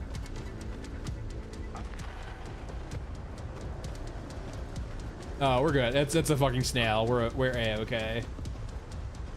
Okay, here you are. So that mech should be over here.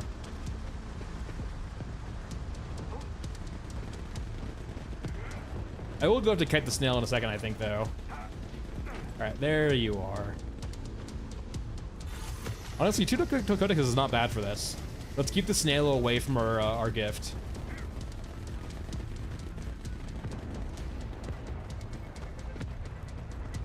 Oh no, Siler, I think you are very much on the nose with your analysis.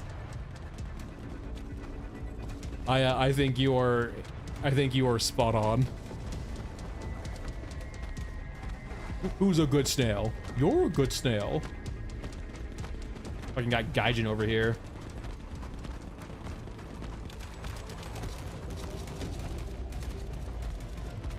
Are you talking about this game? There is no PvP in this game.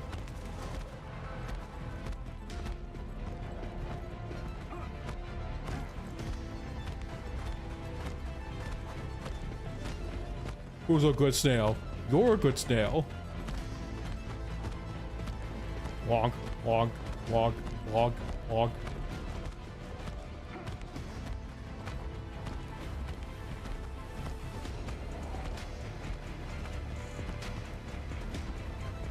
No, yeah, no.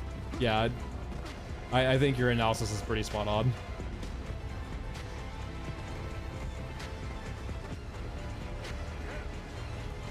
Yeah, it's strictly a PvE game. This game's like netcode is so sketched that like it would never be able to do PvP. And that's fair, like, right? Like, it's the same reason why Marauders fails, right? Like, Marauders tried to do PvP in a day and age where if you have an actual factual extraction shooter with like intense risk reward, you're gonna get cheated up the wazoo in it.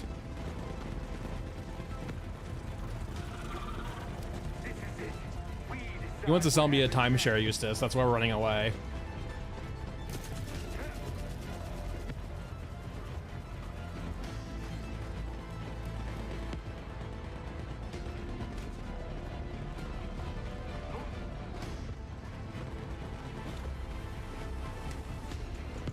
I mean, technically, like, there's not PvP in the game. I mean, like, if you join someone's lobby and you play a game with them, technically you can kill them, but like there's no reason to, like, and like they would just kick you when you get back. Like, it doesn't make any sense. There's no PvP structure in this game, just friendly fire, which I guess you could, like, if you really wanted to beat PvP, oh yeah, friendly fire means there's PvP. Potato. It's been a week. You were here last year, but I think it's only been a week.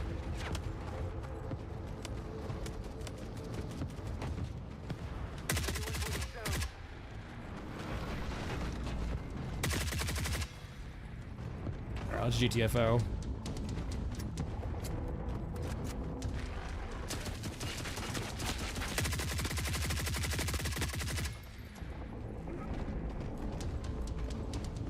Yeah, I don't think there's like really PvP in this game at all, unless you really want to take it out of context.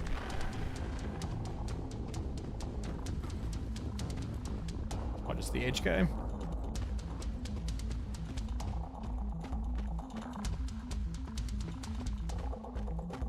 Oh no, like, yeah, like I am not saying that Winter is a better game than Arc Raiders, but I also think Arc Raiders like massively suffers in regards to like the motivations to do anything in that game, really.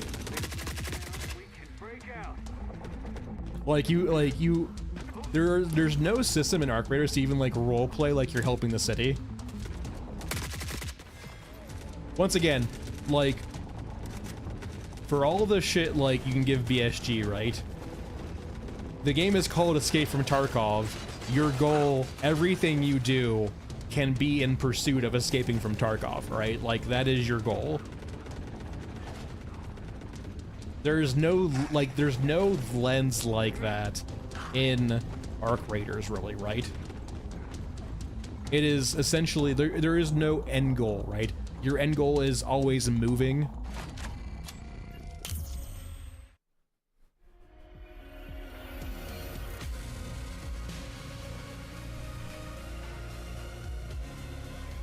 It is like throwing you on a treadmill. I mean, like fuck Nikita, to be quite frank, but at the same time, like, I love the fact that Escape from Tarkov now has an Escape from Tarkov, right? It's just like there is a clear enter, play what you want, get your cycle done, do your escape, and then you can be done. Meanwhile, the Foundation project in Archers is so just transparent of a treadmill, like narratively and just everything wise. It's just like, hey, yeah, come get some unlocks and some, you know, cosmetics for spending a whole lot of time on this game, and then we'll reset you, and then you can do it again.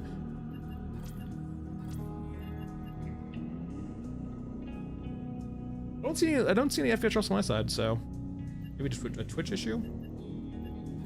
All right, vendors, Grillo, sell our codexes.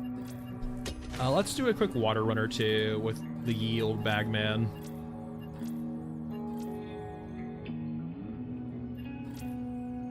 No, yeah, like, once again, I am not praising Nikita or the development team, but I will give them credit where credit's due. I am very happy there's an actual factual end to that game now. There is a clear off-ramp for, like, saying, I want to play this game once through, I want to see it to its completion, and I want to be done with it.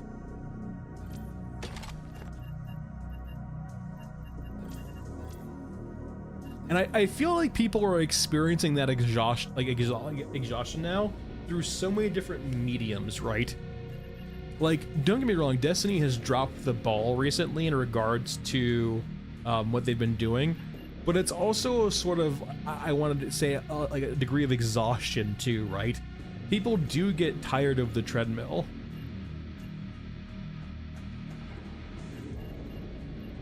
And so providing them off-ramps is nice. And that's the thing too, like, I think Destiny 2, for example, in this particular instance, they, like, the reason why they're doing bad is they just can't stop themselves. Like, it's okay for you to make a game and for it to have a conclusion. It doesn't need to go on in perpetuity. Or if you're going to do that, it needs to basically have systems that perpetuate the perpetuity, right? Like PvP. Like, you can hate PvP for all you like say, right? But like a game like Counter-Strike, right, is fairly eternal because the goalposts are constantly shifting, right? Because it's a dynamic environment with PvP. But that makes it different. That makes it a different game entirely, right?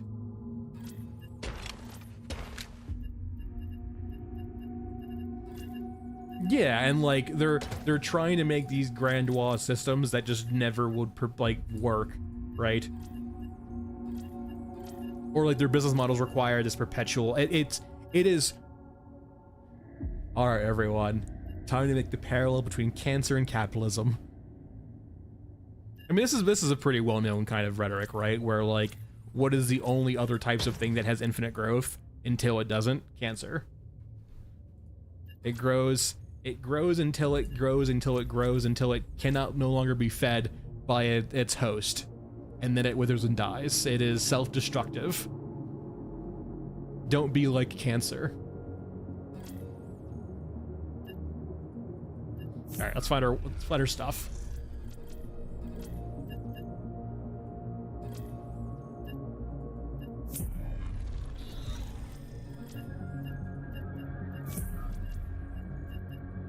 We are looking for quests on Elephant. That could work. We want water, though, ideally, is the main thing here.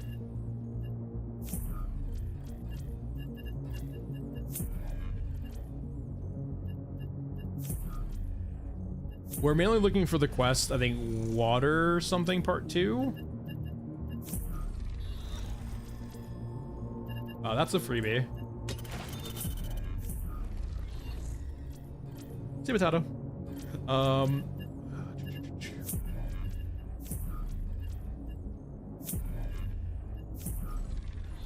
come on. Give me the quest that I want, Gabe.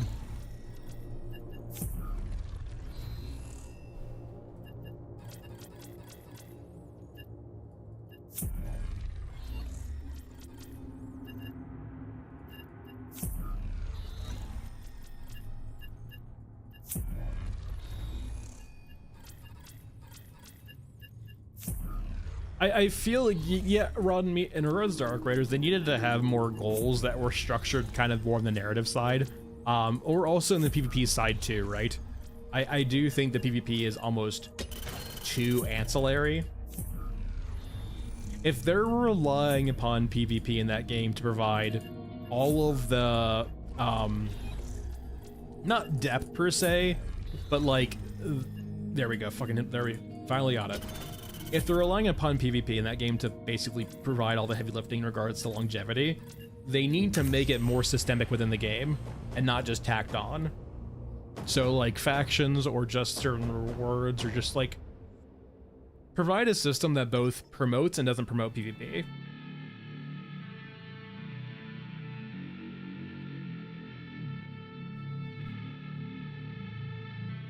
Make it a reason why you're murdering people on the surface outside of just greed. Because the problem is that game, the idea of greed in Orc Raiders does not work. Because the way they solve the hardcore versus casual divide for their game is making loot plentiful. You get so much just loot and stuff in that game that everyone has plenty.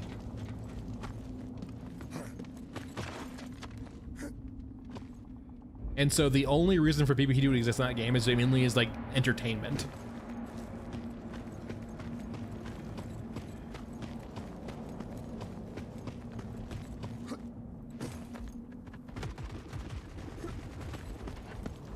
Nice. I don't remember if I have lots of alcohol word on this account. I might on the original account, which I still have to save for. But this is still the account where I launched this account after Tunnel started.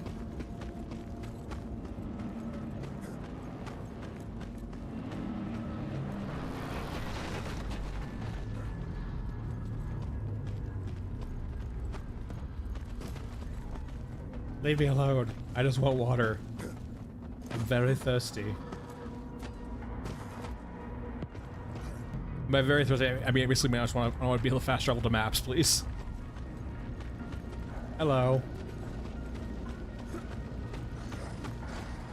I mean, there's adrenaline stems for having infinite stamina for a short period, but that's about it for right now. If you're talking about like where you get stuck in knockdown, yeah. If you're fighting an Exo, you can still kind of get in a knockdown loop for the most part, where like you're kind of dead but not really dead. No, but like by and large, that weird bug where you got knocked down, you get stuck, they have fixed.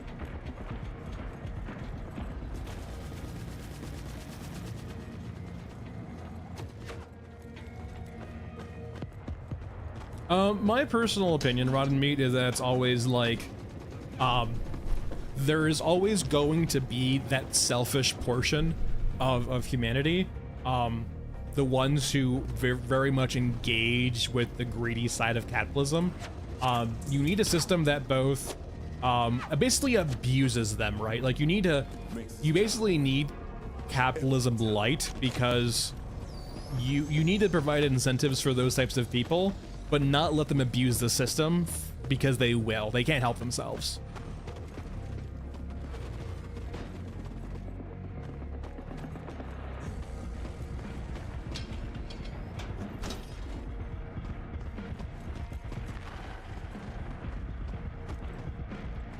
You basically need to provide incentives to the people who need incentives.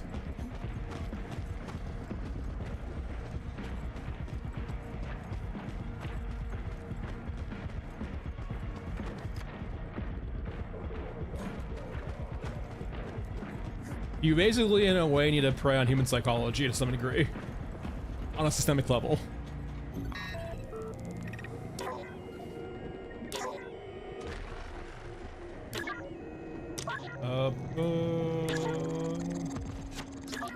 There's one.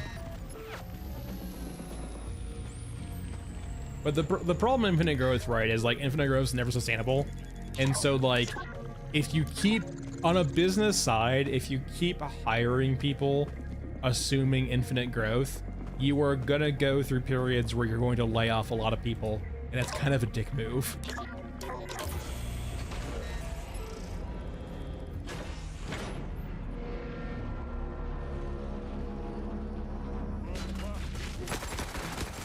I mean, so let me rephrase this too, Michael. The reason why things like communism doesn't work is because you need that incentives too to provide natural efficiency, right? 5-year plans don't work. Because you, like, the same reasons why, you know, things get insanely efficient under capitalism.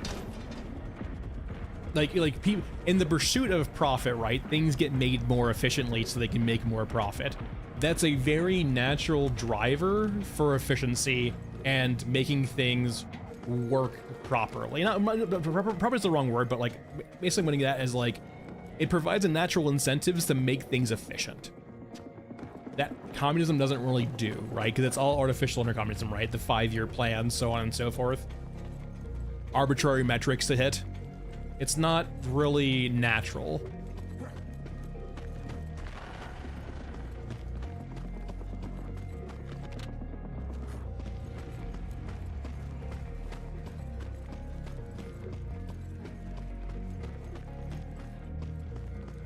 Can you expand, maybe? Because we're definitely talking different wavelengths.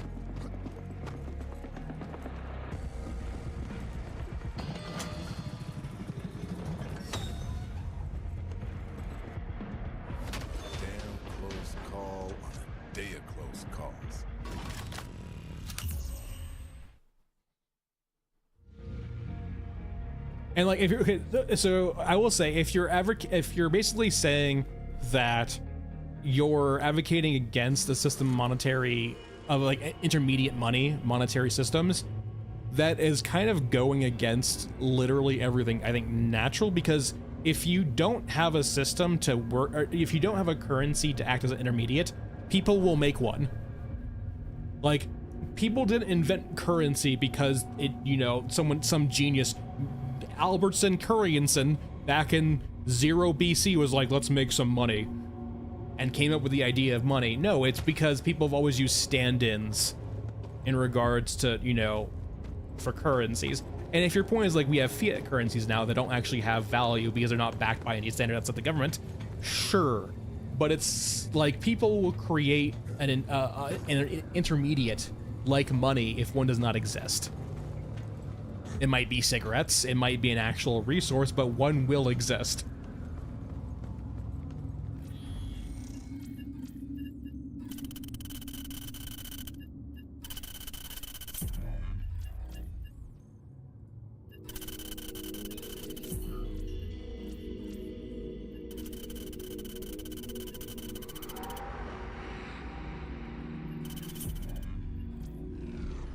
I mean, you can't, I mean, that's kind of convenient if you can't explain like I'm 5-it.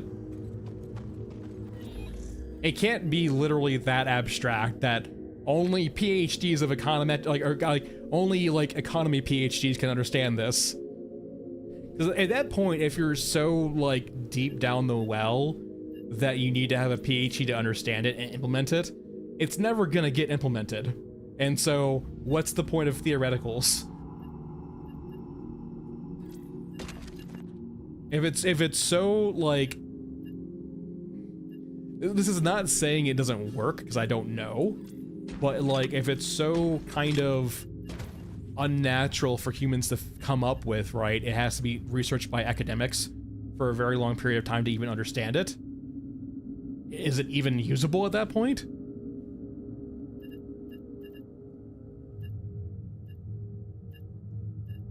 What's the practicality of it, basically?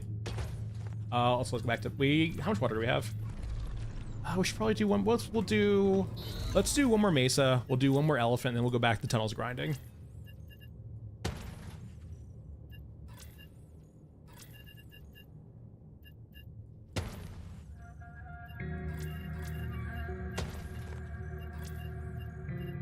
Oh, also Mass Man. Let's get our drills.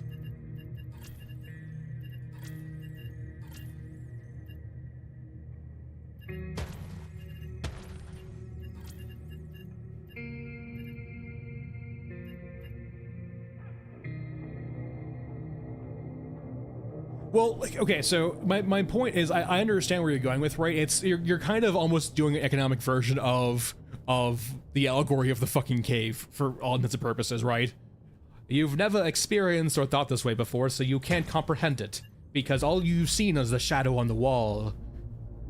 I get where you're coming from in that regard. That's the rhetoric you're throwing off right now, I feel like. That because you've only ever seen the shadow on the wall, you cannot comprehend a system that's not monetary based. But like, the problem is like, think of it this way, right? In a resource-based economy, right?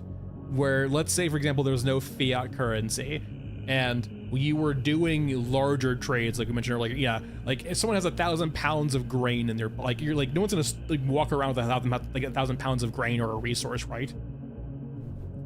Or for example, gold, and like, you know, people make gold and silver, and you know what they turn it into? Currencies. Like, it's that universal truth, right, where it just keeps popping up. And for like people, I guess you could go back and like it's just trade though, right? I mean, like it's a different type of trade, it feels like. All right, we got our stuff.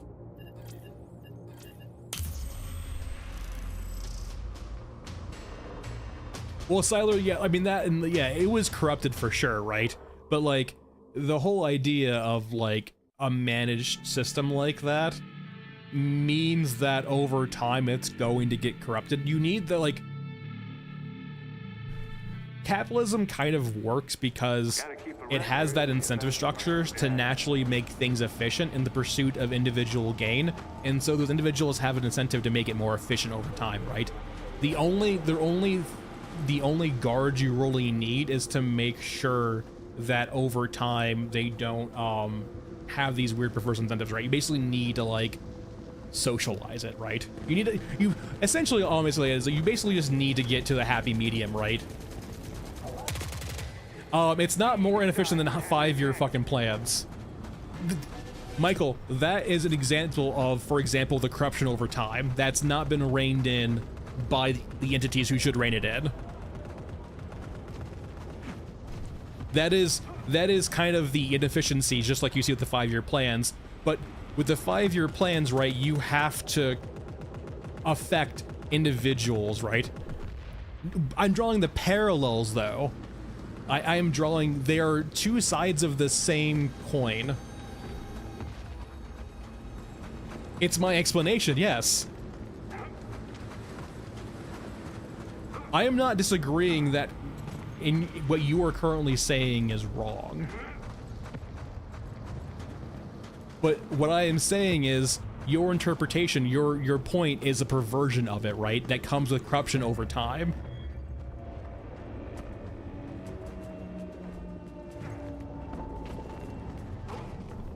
I mean, that's fair, but it's also, like, once again, this is going to be a bit unfair, Michael, so don't take this too personally. Also, there's no mechs here, so we're leaving. It does kind of sound like, once again, please forgive me, I am not saying you're like this because I am going to provide maybe a slightly uncharitable take. Stop assuming. Okay, I'm actually just gonna say it now. It kind of sounds like you're coming off like I'm really smart, you need to go do the books and read. It kind of has that vein of arrogance, right? And I'm not assuming anything, but I'm kind of you're kind of coming off a little strong.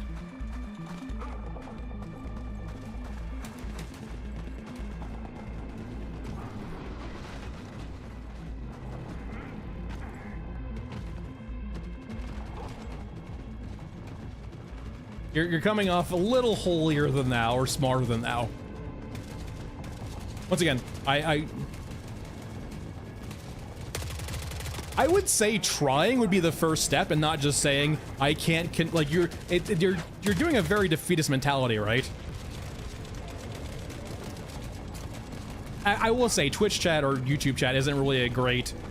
I mean, that is very defeatist of you. I know. Like you are not wrong that it's not a great medium for discussions. You are right. At the same time, the mindset you're presenting here is not, I would say, a conducive or healthy one. It doesn't feel inviting to conversation, right? It feels like you're just saying, go read, but you keep saying that in chat over again. But like you also say, I can't explain why. Other than that, you just need to get better. You see what I'm saying here, kind of, sort of? Yeah, but you're being kind of a bit condescension, like a little bit condescension minded.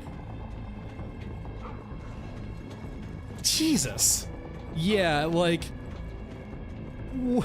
this conversation's kind of derailed quite a bit, but like, do you not see where I'm coming from here? There's now it's a very strong degree of condescension is what you're giving off now. I hope you bastards at home appreciate this.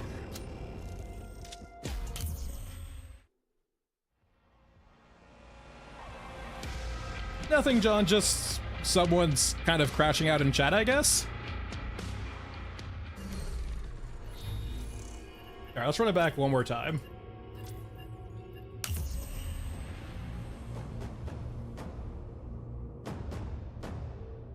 Yeah, there's a bit of elitism coming on. There's a very bit of I'm a PhD in academia. I have done endless research. That means I'm better than you. And I'm not saying that you're not more researched than I am, but like you're not doing yourself any favors by presenting it the way you are. If I would have been a philosophy major if there was any money in it, I have a pretty open mind, but you have to present your points to me. But what you're saying though, Michael, is when I try to get you to elaborate is that you're not going to explain it, you're just saying that it's very complicated and you can't explain it. And you go in these like kind of condescending loop, like these the sense. It's very weird. Informatic, just the bar, basically. The bar and the new AT rifle. Yeah, stuff gets lost in text, 100%. That doesn't mean like it's worthless to try.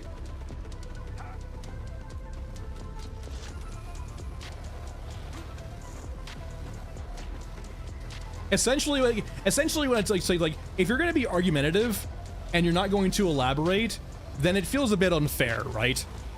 I know it's not the best medium to have discussions, I will fully admit that, but it feels like you're not allowed to talk about that, but I'm not willing to debate you on it.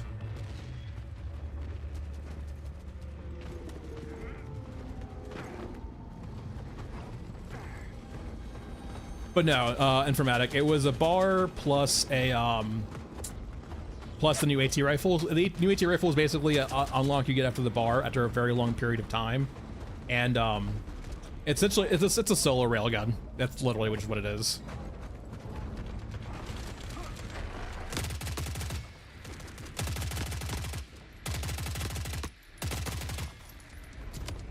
Well, we have half the equation, but not the other half.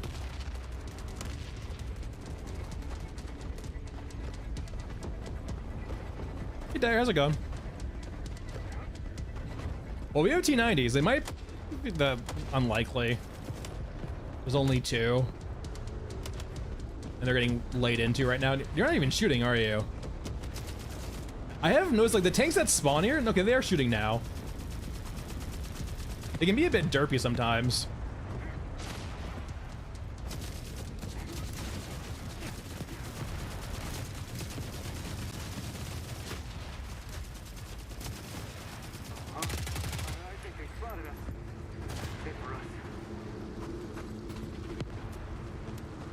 Yeah, that apparently was like a bug in the first like version of the bar, where if you played and you got the bar pretty early on, you didn't even need to unlock the full thing of the bar. You just need to have the bar itself, and you got it.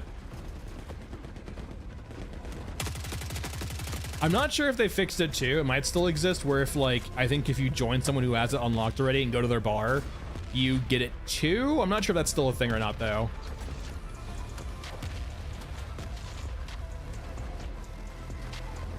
But yeah, all of the tanks are dead, I believe.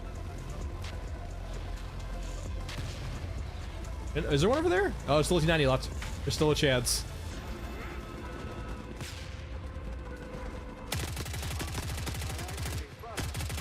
Apparently too,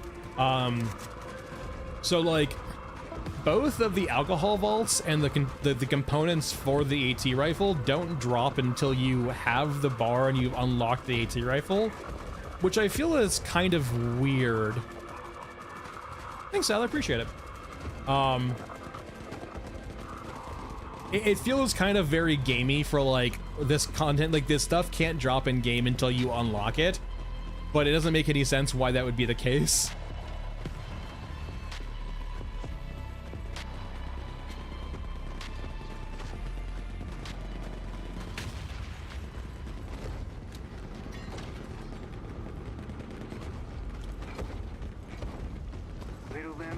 So Michael, I will say the other thing if you're still here you can do is, as opposed to just say like research it, can you provide a link to like any papers about it perhaps of what you're referencing? Like that would be the other academic way of doing it too, is like, hey, you know, there's these theories on this under this like, you know, vein of academia, here are the papers, go do the research. That would be also another acceptable way of doing it too. It's providing actual links or like where I could find what you're referencing.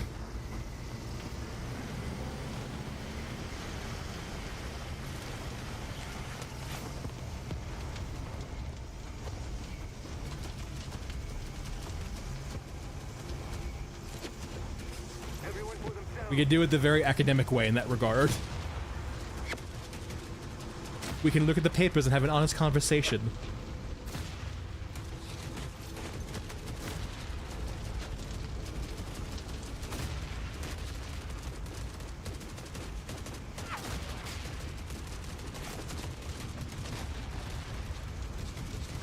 Attempt. I mean, if they're maintaining their cadence, then yeah. Blueberry, you do heal in between maps if you're doing like multi-raid, so you do get the healing off of that. But like, there is a learning curve, right? On the plus side, you get access to lots of things you would have to unlock with other characters usually. So. Death is on its way here. All right, are we getting scripted death? Are we getting dog?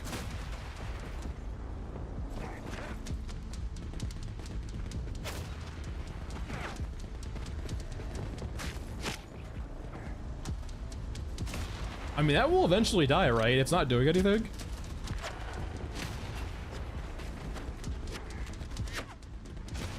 So this is what happens to the Stiltwalker too, right? Like this exact same scenario happens with the Stiltwalker, where just like for some reason the pathfinding breaks and it just will not engage with shooting at it. And because the Stiltwalker can't die, this will just happen for like ever. I still don't know what HK I got, which is a little bit scary.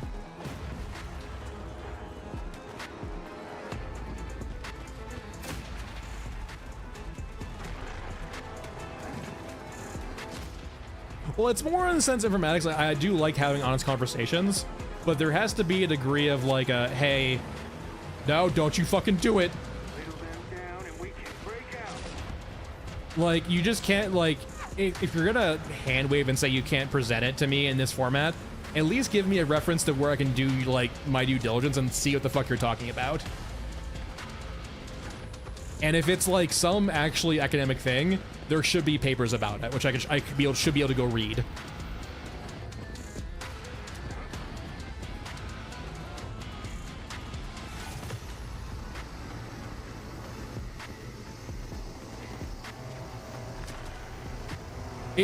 Tyler, that's exactly the energy that was being given off, basically. Which is why I was taking offense to it, basically. I was trying to give the benefit of the doubt, but it was basically like that kind of like, this is kind of what, like that's the energy your piece was putting off, right? Like, you can't comprehend this very complicated economic model. because it's beyond your comprehension, but I'm not willing to explain it to you because I don't have the time and resources, then give me a paper or a book.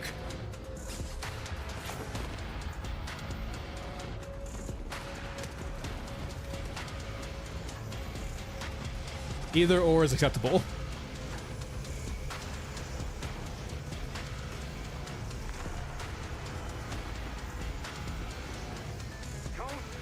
Hey, Biz. Oh yeah, for sure it is. I hope you enjoy it. That's kind of the vibe I was getting off.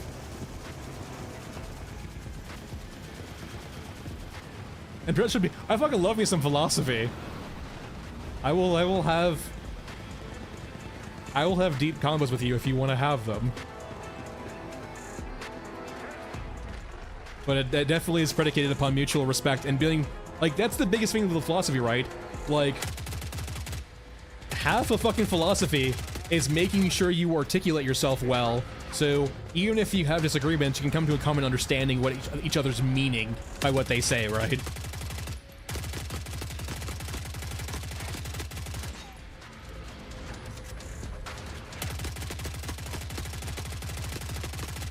Fucking, I don't know why I did this. My undergrad's a fucking mess. We don't need to go into my undergrad at all. Oh, wait. Yeah, we're good. But like in my freshman year undergrad course, I took like the first semester, I took like a 3,000 level philosophy course because I wanted to as an elective. And like our final paper was like a 20-page paper. I was like, all right, I'm down. But a decent amount of that paper was like, you know, just explaining terminology, right? It did a lot of the legwork for the 20 pages. Of like, what do I mean when I say X, Y, and Z?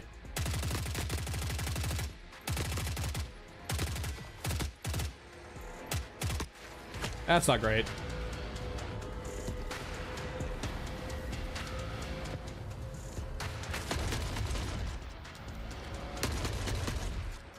I mean, by and large, like, whenever someone is doing something like that, right, they are trying to solve an actual issue, right?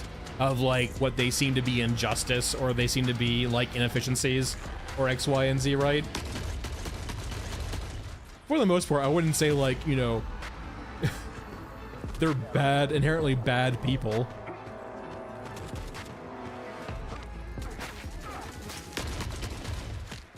All right, time to leave.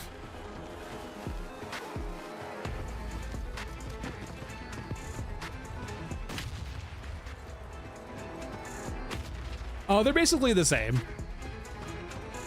For the most part, like they're pretty synonymous terms. The main thing is that there's community colleges too. Like university usually like, yeah, I mean university typically means that you're going for a 4-year degree. College, you can still use the word college to describe a university, but it's not always the same. Like there's community colleges, which are usually used for associate's degrees in America, which are 2-year degrees. But like I would like, it's still a university is still called or considered a college, right? So they're kind of synonymous. The big thing in America right now though is that I'm not sure how it is in over in Europe. Undergrad degrees are basically worthless now. Yeah, there's associates. There's technically 4 degrees, I believe you could say. You have your associates, which are 2-year degrees. Then you have your bachelor's, which is your 4-year degrees. Then you have your masters, which are usually secondary schooling after undergrad, which vary in length. And then you have your doctorates, which are usually fairly long. Yeah, college is basically a catch-all term for any post-second or post-high school schooling. It's forever. At least we made it. Like even community colleges are considered colleges, right? The 2-year degree colleges, they're still called colleges.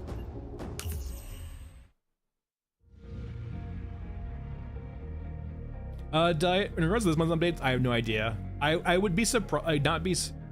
I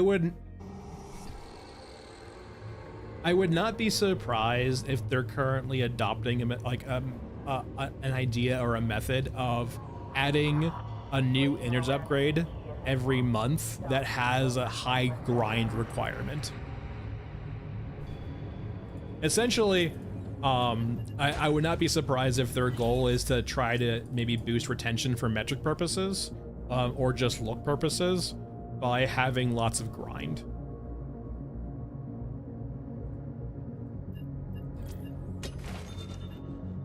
Oh, probably not guns.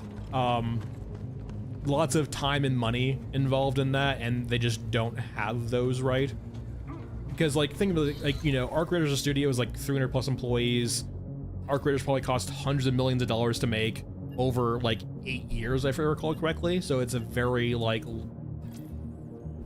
took a long time, a lot of money, and a lot of developers to make that game, right?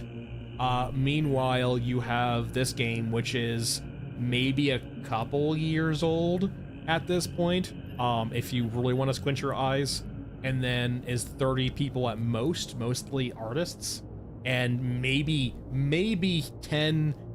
tens of millions, low tens of millions for the full entire project over the multiple years. Oh, correct. Yeah, Alex, that's basically what I'm getting at before I got tangented off. Undergrad degrees in America aren't worth anything anymore. They are kind of the new high school diploma. By and large, if you want to be treated like you were from like an undergrad like 10, 15 years ago, you now need to have a master's.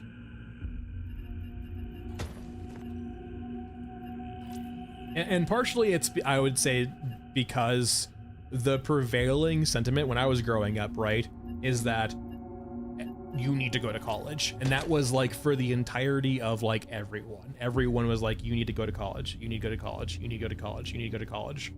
And so a ton of emphasis was placed on everyone going to college. And the problem is that when everyone goes to college, it's no longer really a useful differentiator. It's now just a baseline. And so now if you want to differentiate now, you need to have a master's.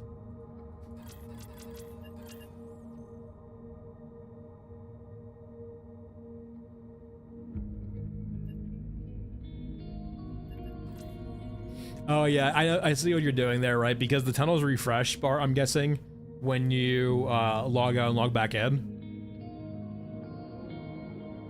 It's fairly high if you're going to the late game stuff. I mean, I wouldn't usually typically go past Tunnel C anyway, and so 6 water is not too bad. It's not great, but it's not terrible. All right, we have our ammo, we have our meds, we have our shotgun. Do I have any more stuff for drones?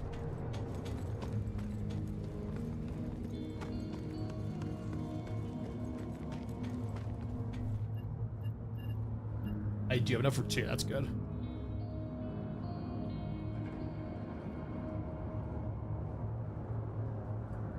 All right, Tunnel C grind, back we go.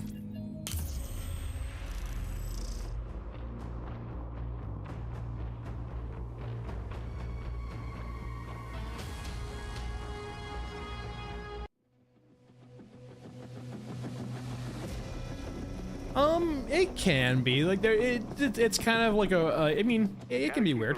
Though to be fair, the reason I both miss and don't miss the intensity of Tarkov, right? Because there is that degree of like adrenaline, right, when you're playing a game like Tarkov, or like there's a whole lot of psyching yourself out if you want to. You can approach Tarkov in a much more casual mindset of just running through maps, but like if you're trying to like, my goal in Tarkov was always to have a high survival percentage and like try not to just die for no reason. And so like I would approach every raid in Tarkov fairly conservatively, right? And it means that I would live more often than not, but it means that like everything was stressful and slow.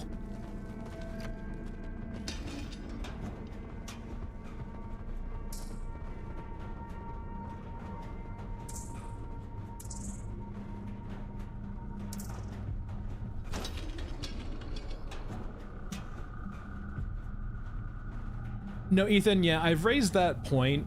I think I raised it to the developers too, but I have made a post, right, where like, yes, for the most part, they need to let you save progression in a much more natural way.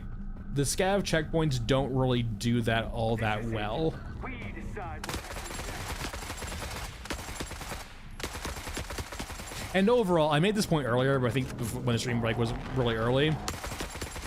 I think this is a very good way of interpreting it, in my opinion, of like my current qualms with tunnels. If you look at the bespoke maps and you look at tunnels, right, it feels like their role in the game is a bit inversed. You have the bespoke maps, which are often pretty short and not that dense with loot. And so you basically run through them to get to the next tunnel segment, right? But that's where the loot is. And then you spend most of your time in tunnels because that's where all the stuff is, right? All the loot, all the things you need. And that feels inverse. That feels like it's the wrong order there, right?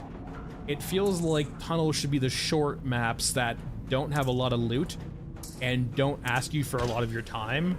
But the bespoke maps should be the maps that actually do require your time and patience and reward you with lots of loot if you go to certain areas on them, right?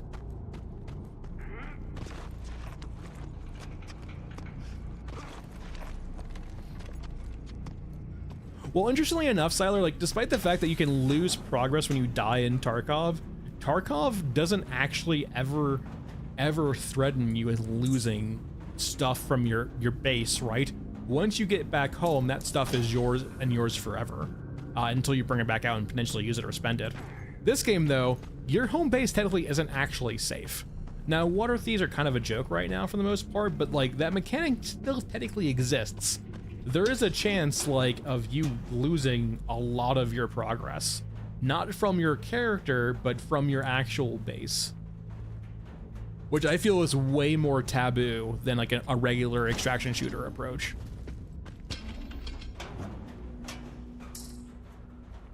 It's personally why I want them.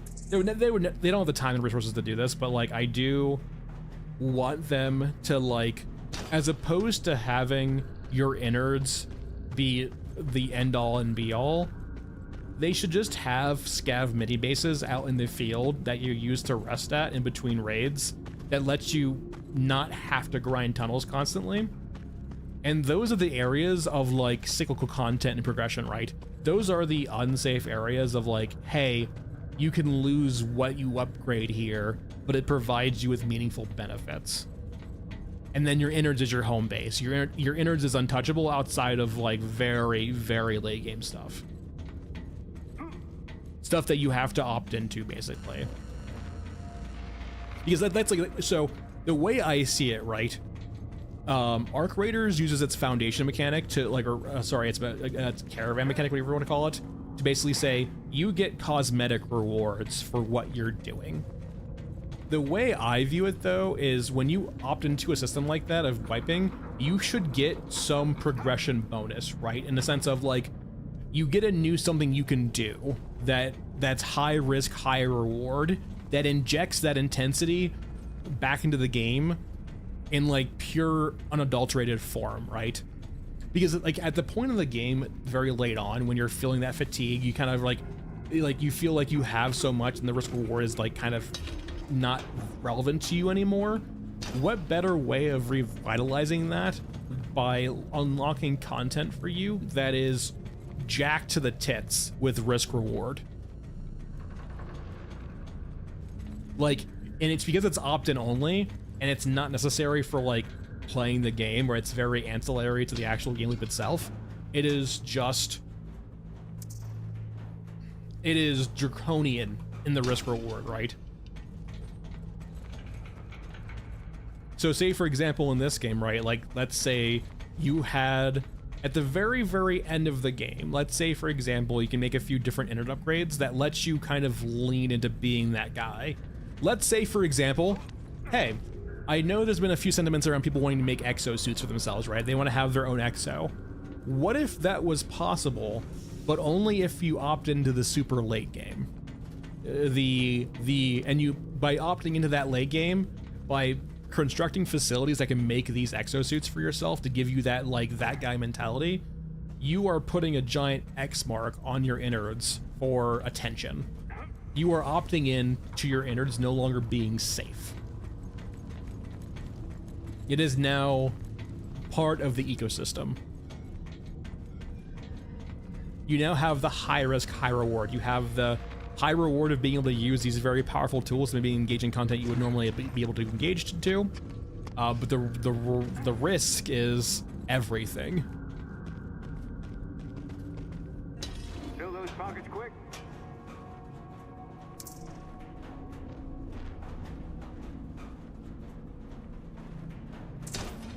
It's kind of a way of making you go all in. Because that's kind of the point where I feel like a lot of these games peter out at, is the point where you can't really risk everything or go heavy on the risk. And because you have so much, like the risk reward isn't there anymore, really, right? It's like, oh no, I lost this PKM in Tarkov. I have 10 more. It's not a big deal. And I have infinite rubles too. It's not a big deal. I can get more of them, right? But if you go, you know, bet your whole stack on the line, right? Now it's suddenly that adrenaline's back.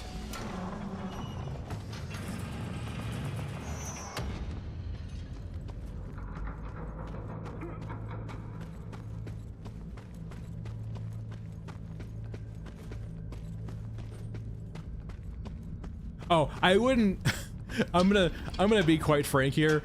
There is literally no point in making a post on suggestions.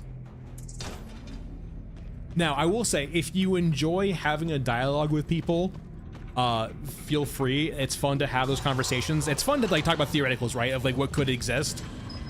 Do not disillude yourself, or do not illusion yourself that the devs read those.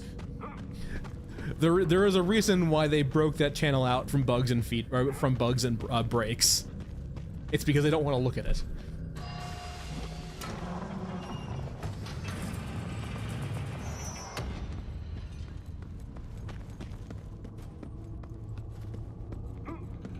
But I've engaged in there before too. I enjoy me some good like theoretical talks too that I know won't get seen by the developers. That's fine and well. I still enjoy those conversations even if they're theoretical, right?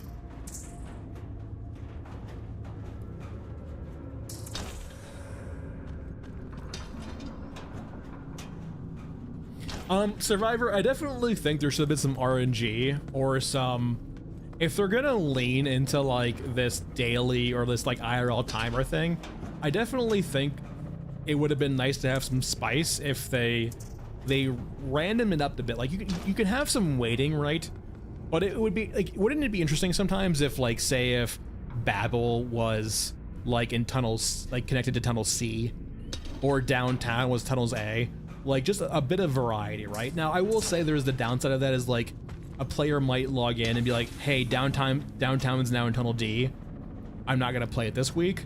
That is the danger, but like some RNG elements would be nice. The danger is always in the sense of like, if the RNG is too prevalent or heavy in the sense of you're now telling your players come back later when you actually have the setup you want.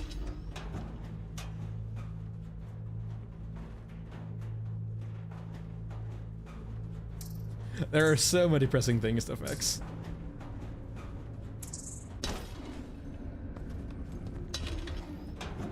We're getting plenty of drone stuff at least.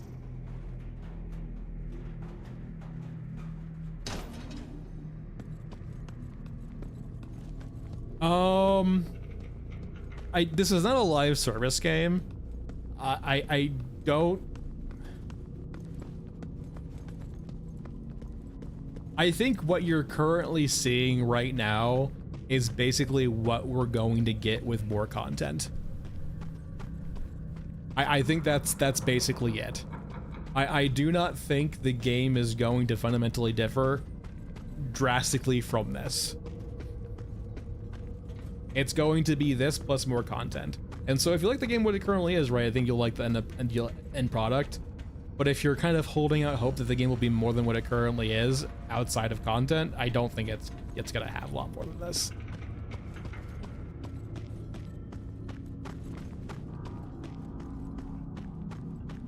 I am more hopeful for the IP than I am this game. And so the way I personally treat this game is more as a way of supporting the IP than necessarily the game itself. And I hope that this will be a good stepping stone and learning process for new and better foundations for the future, because God knows they need it.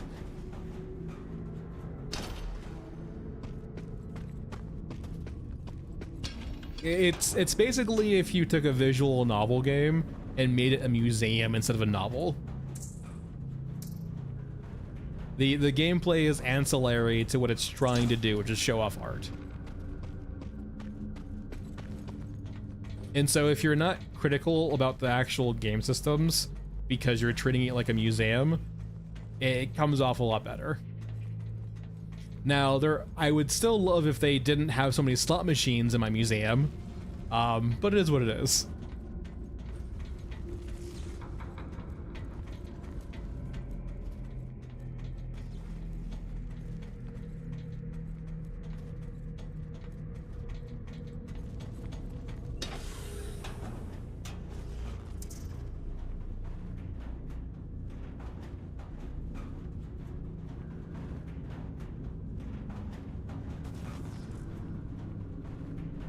And I think that the biggest thing, Survivor, is that, like,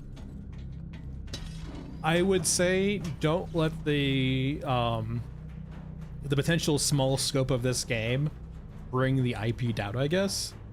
I'm hoping they're exploring extra revenue streams outside of just the game itself. I hope they're not fully, truly all in on the game itself, but we'll see.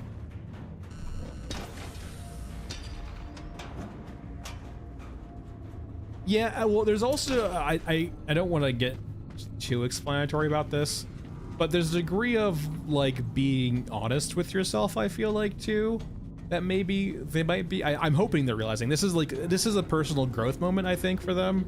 Maybe a few of them in particular, and hint, nudge, nudge, that, like, they can understand their shortcomings and where the issues they're having are. And maybe where the game isn't really like, if they're I'm hoping this is a learning experience for them, and I'm hoping they're having some good, honest conversations with themselves about this. I'm hoping that they're not in this perpetual state of constantly at the grindstone so they can't learn from it, right? Because if they're working like 60 hours, like 60, 80-hour weeks, they have no time to reflect and learn from it, right? And that's the worst thing that could possibly happen, is if they're so ingrained, if they're so focused on making the game that they're currently making, they have no time to reflect on the processes at all. They might not learn from it for the future. Hey, this gear is delicate. I need time to sort.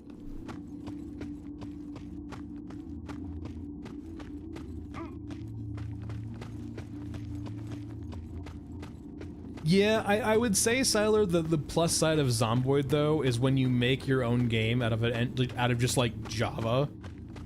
It's a bit different from like using a bespoke engine like UE5. Like, Zomboid was slow, right, for that reason, but it's also like why it's been able to scale to the way it has been, right? Because it's its own engine, right?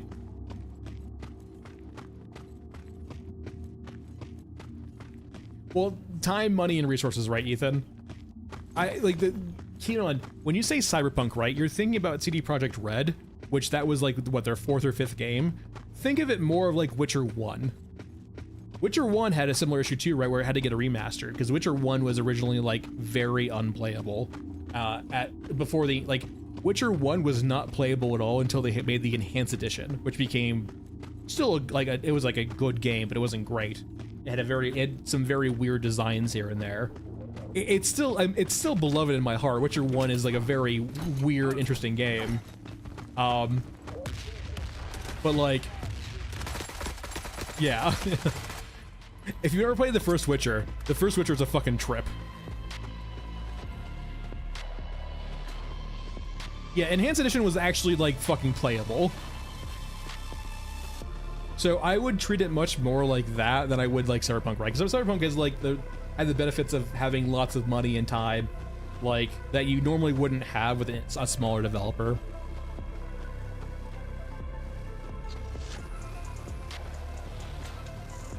I weirdly liked the timing mechanic in Witcher 1, right? It like, I am a sucker for like games like that kind of gamify the more mundane elements to make it kind of interesting and skill-based. For those who don't know, essentially, like, for Witcher 1, how the combat kind of felt was that you essentially had a timing window where you would learn the timings of certain moves and you would kind of just click with proper timings to do attacks and do other things. And it felt kind of very nice, right? Because it just kind of... it made you involved a bit in the combat, right? It's the same reason why I like WildStar a lot. Fucking WildStar. Why did you have to die? I know why they died. Fucking Tim Kaine said why they died. But, still sad. Survivor, I can't speak about that. If they were going to do an RTS game, they would need to bring in a lot of additional talent, personally, or they would need to find someone else to do it for them. RTS games are about systems, and they have made it very well and clear they are so system agnostic that and unwilling or like incapable of doing it, that they would need to either get expertise in-house by hiring people that might not mesh with them or outsourcing it.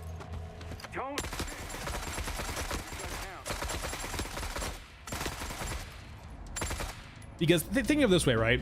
Essentially, the people who design systems, like, you know, the balancing, the interactions, like what makes RTSs tick, are also considered the fun police.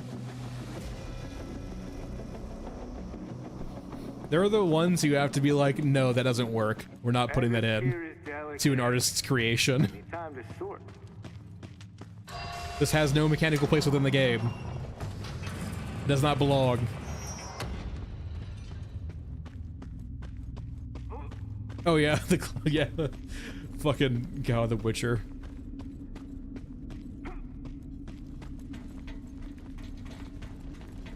The reason why Witcher 1 stuck with me so long too is because like the actual twist or the ending of Witcher 1 was like, I was pretty young when I played it, so I just didn't see it coming, and it was like very cool. I like timey-wimey shit like that. Sorry if I spoiled Witcher 1 for you, it's been fucking like, what, 20 years?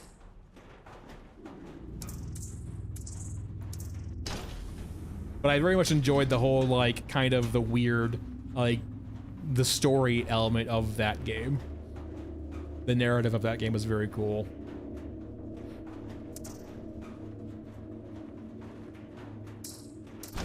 Yeah, I've played Witcher 3, I think, once through. I am typically not the biggest fan of, like, open world games. So, like, Witcher 3... was a struggle for me. I much prefer the format of 2 than 3. I like the open sandbox linear structure where it's like areas of sandboxy nature but not overly large or unrestricted.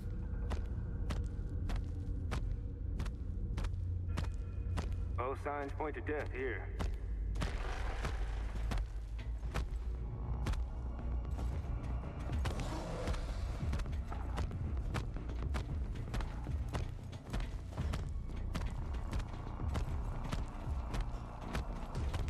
Yeah, it's kind of like available format, yeah. Yeah, I prefer 2 too, just because like 3 was a bit too expensive, and like it kind of 3 is a great game, don't get me wrong, but it just needed a little bit extra love, or it was like a little bit too unstructured. Oh, really? You think that's nice? I guess you don't need to do a whole lot though in regards to HO5 or HOI4, Hearts of Iron 4. It's just more just like, I guess, doing the sprites. And along of just changing the map a bit, I guess.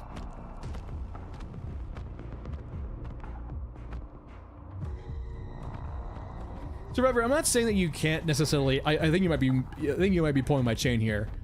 I'm not saying that those can't exist. Like, you can have different aesthetic variants, right, within a game, but like, it can't be everything, right? And that's kind of how weapons feel for the most part. Is like most weapons just feel like they're really only there to exist as a vibe, and that's literally it. So why spend the time and resources making them, programming them, making them work, attaching stuff when like stuff could have been spent on the actual. I want you to fall off so bad. Than on the actual game itself. Yeah, no, yeah, that's what I figured.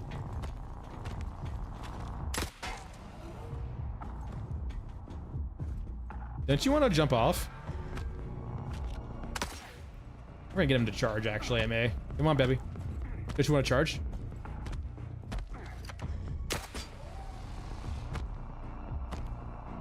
Come on. Do it. Slide off, you asshole.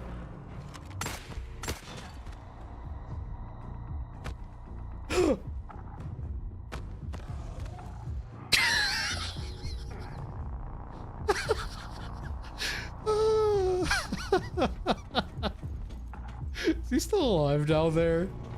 He's probably falling in infinity now. Oh, let's see if we can see him through the fucking grate. I think he's gone.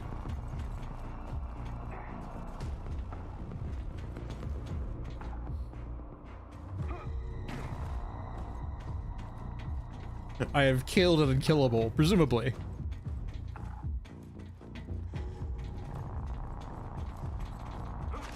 But I'm low on water because I don't usually grind water all that much, and I just go into normal state, so I expend water a lot. And also, outside, like, the only reason to have water is if you're trying to fulfill the requirement of an innards upgrade.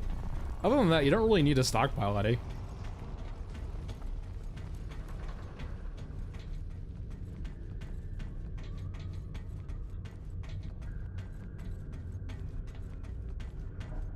Hane, why not? Elaborate. I see where you might be going with this, but I am curious if what I'm thinking you're going with this is actually where you're going with this. So please elaborate.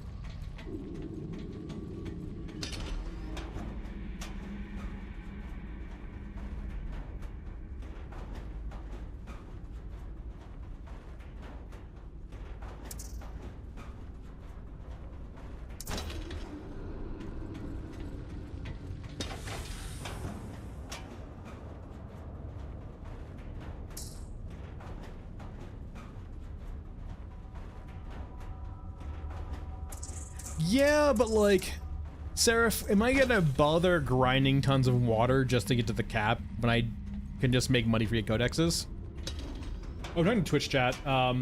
Hey made a point of like RTS wouldn't work in this game's philosophy, so I'm curious what I want them to elaborate, because I don't want to put words in their mouth. I kind of think I know where they're going with this, but I'm curious if that's where they're actually going with it. I think I see their argument. Oh, so Hane, in that context, you wouldn't be playing as that guy as an RTS. Like, you'd be playing as one of the factions, right? You'd be playing Euruska, Europa, Mirasia. You'd be playing one of those factions if you were doing an RTS, right? It wouldn't be like you wouldn't be playing scavengers at all. You'd be playing one of the big boys, right? Now, the reason why I mention it be kind of the way I was mentally going with it, which I thought you might have been bringing up, is that if the production of all these weapons is based on AI, like it just created and sent out to you, would you really even have base building at all? Or would you kind of be more of just like things are sent to you? Is it more of like a war game style of RTS, or more of like an actual like old school RTS, like a Command and Conquer or like Company of Heroes, right? That's where I kind of see the holdup of the RTS would be difficult if you were trying to make it canonically based in the lore, is because you would need to lean into a more of a war game style of RTS. And not more like a traditional RTS like StarCraft or Command and Conquer or Company of Heroes.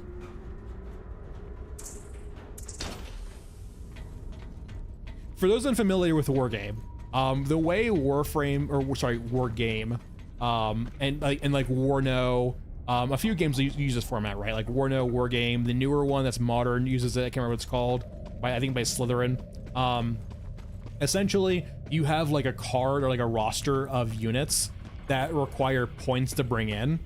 And then you'll spawn those units. They'll come in. You capture points. You get more points over time. You spend more, like buy more units. It's sort of like that kind of, right? The main thing you use though is you use like a roster format of essentially cards to make a battalion or make whatever you're making. and then deploy that to the field and fight with them. And you either get that, like, you either get like a flat amount of points or you get more points over time. There's an escalation. And so there's no really base building, right? It's more of like the construction element is you constructing your roster, and then you basically have those toys you can use on the battlefield. As opposed to like a game like a traditional RTS where you have resources that you make, there's an economy you need to balance, and so on and so forth.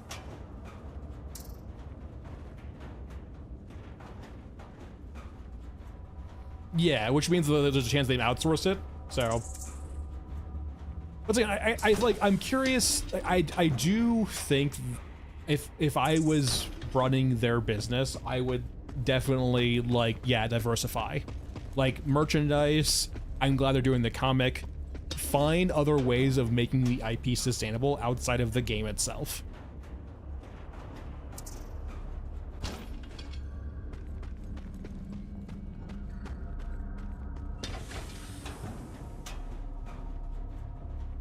My biggest copium siler is like, yeah, if there's a Forever Winter 2, they actually can spend the time making systems that interact with each other as opposed to silos. Because like right now, considering that it's very apparent they don't want to go back and fix things or change things, how things work, they are very much, it feels solidified at this point. We are kind of at the point of like, yeah, it's going to be what it's going to be. The systems are what they're going to be. It's not going to get much more deeper than this. So I'm hoping if we see like a 2 or a 3 or just a different game, that we actually get to explore a bit more intricate of a game.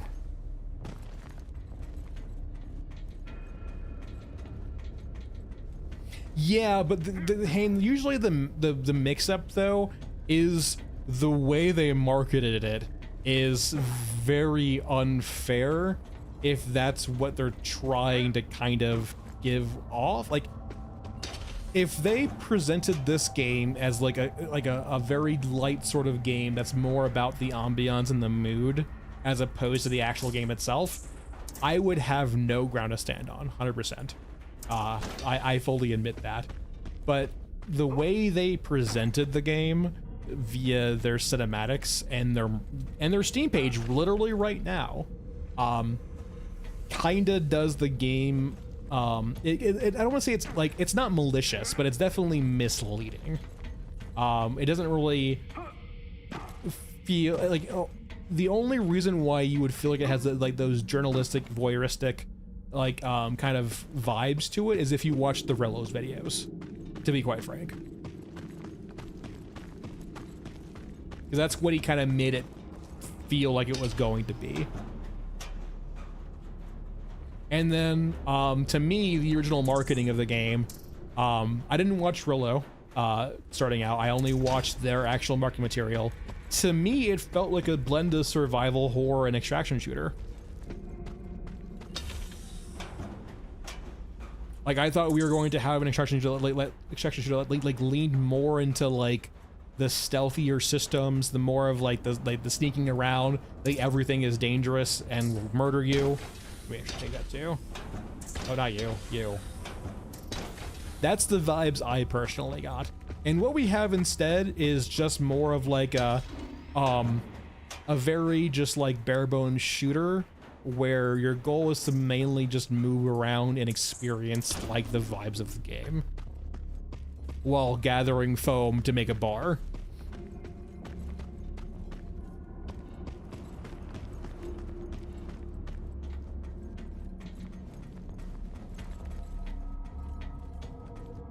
It doesn't feel like an anti-shooter like that. Like, I think did they remove that from? I don't think they ever had that marketing page. I think that's like a strictly a Rello Wars anti-shooter. It is not an anti-shooter. It is a very much a shooter.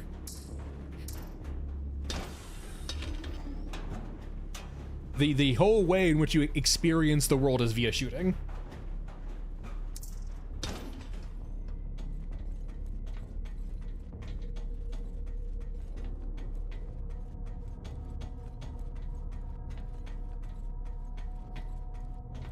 Well, it's also smog too, like, yes, that. It's also in the sense of you don't typically really have any other ways of dealing with problems, right?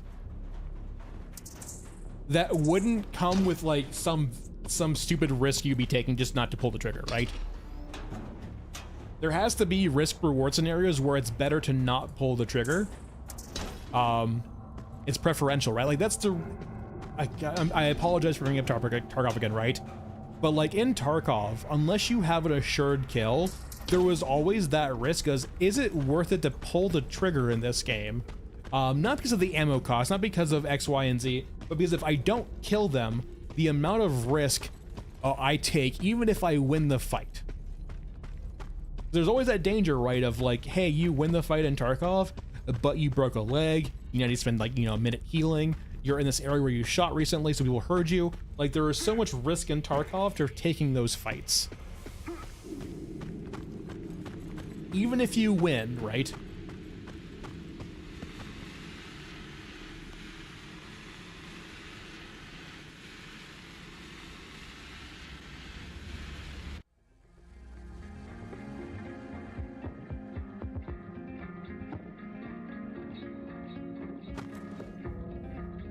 Seraph, I will say, like, Wargame does a good job with the spectacle, right? Like, it has those, like, medium to large scale fights, and, like, individually the units aren't too impressive. You can zoom in all the way, too. Like, Wargame's engine, is great for that, like, zooming in, seeing all the detail.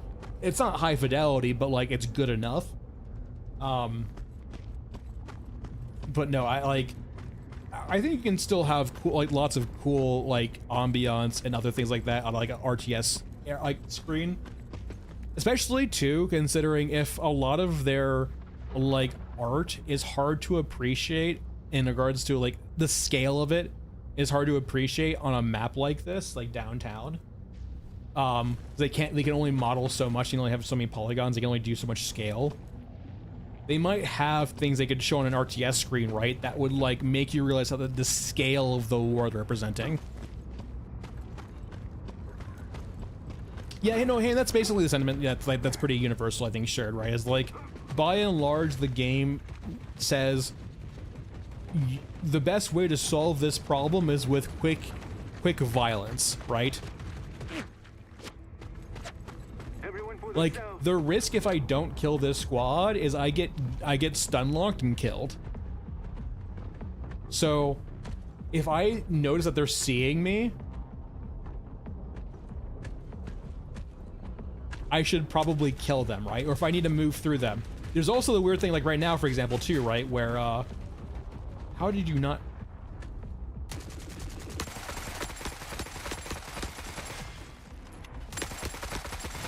Like, case in point now, for example, like that weird situation, right? Would I have been better off if I was just proactive and had them all lined up?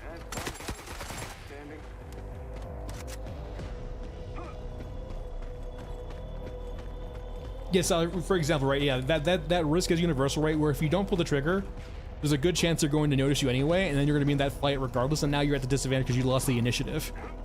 So it just feels like, yeah, you should just pull the trigger. Now, I will say, Gunhead is nice, because Gunhead is, like, one of the few characters that actually changes that equation by actually having the inability to heal, right? Because sometimes you might not have a choice. You know that if you take the fight, you're dead, so you have to just try not take the fight.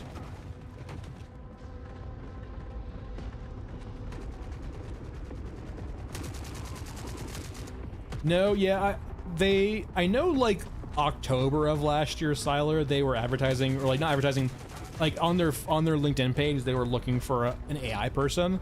I'm curious if they ever got one. I'm guessing not. I will say this, take it with a grain of salt, because this is my interpretation. This is not a fact, so don't treat this as like as law.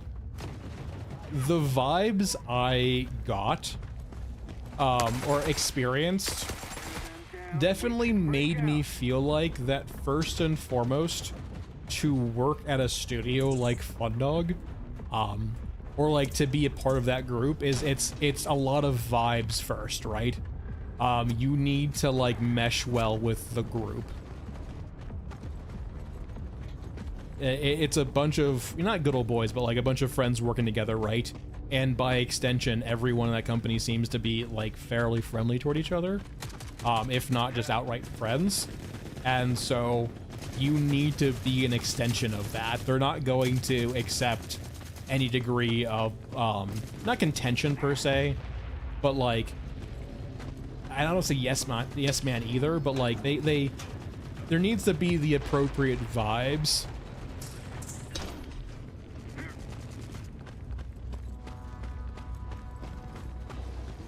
That's the kind of feeling I got.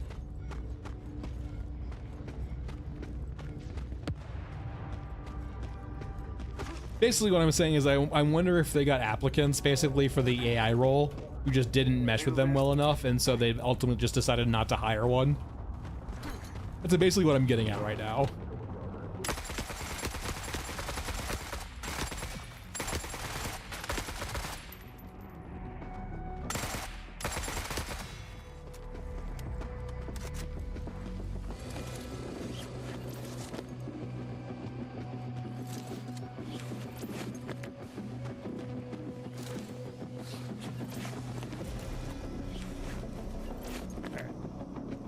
How much foam did I get?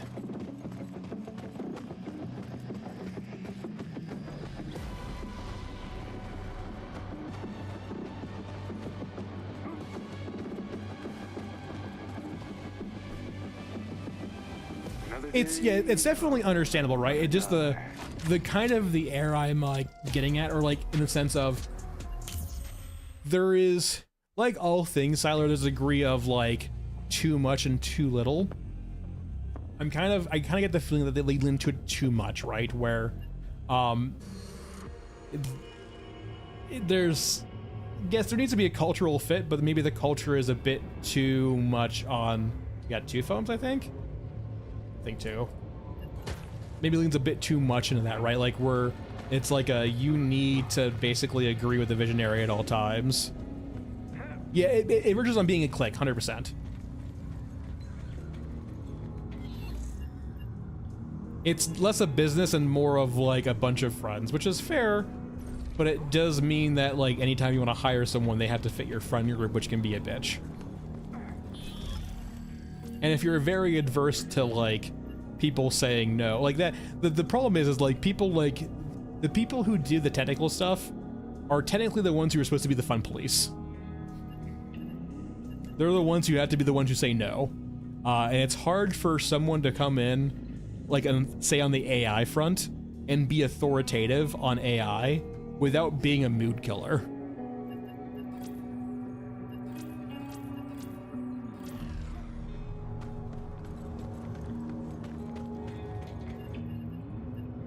And heaven forbid you kill the mood. Okay. Let's go acquire another codex. Actually...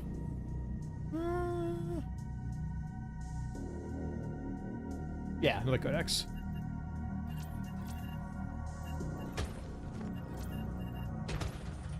Or attempt to get codexes, I guess, is the better term. Let's go to City Ruins.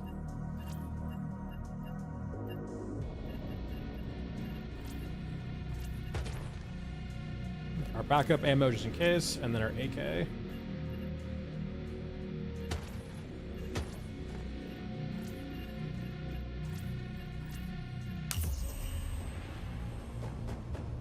Yeah, I mean, that's the thing, right? In the sense of like, they're making it like, it's Cooper, it is, I will say it's on sale for half off right now. If you really like the art and you're okay with a very like underbaked game, I would say yes. It's hard, right? Because I both would recommend this game and not recommend this game depending on the type of player you are, right? It solely depends on what you're looking for in a game and what you're okay with. We have half the equation.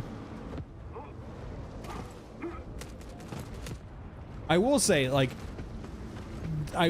they are not charging people a whole lot in regard, like, they're not charging you $40, $50, $60 for like a triple, like a double A or like indie experience, right? They are being very reasonable with their pricing.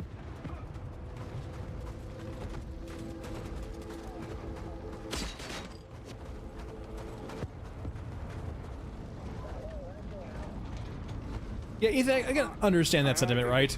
I think the biggest thing, right, is if you... The way I view it right now is basically this. They have made missteps with this game. I want them to succeed as a studio so they can learn from their mistakes.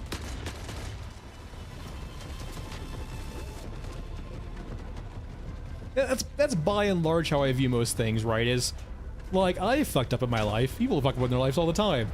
The best thing you can do is just learn from it, right?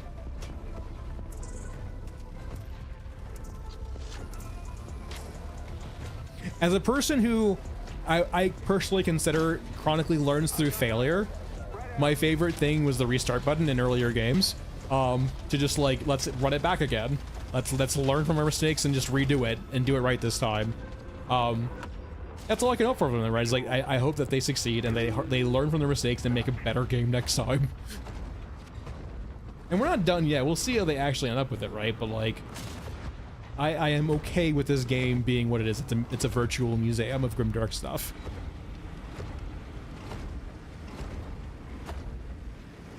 And so now I just want them to like be financially stable via alternate revenue streams.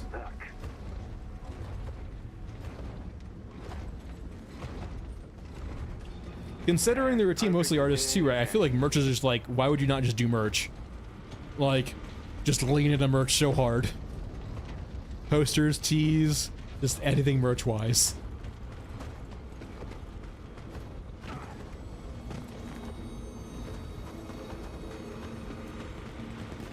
So Hane, the best thing I can do to help you kind of get past that gap is that by and large,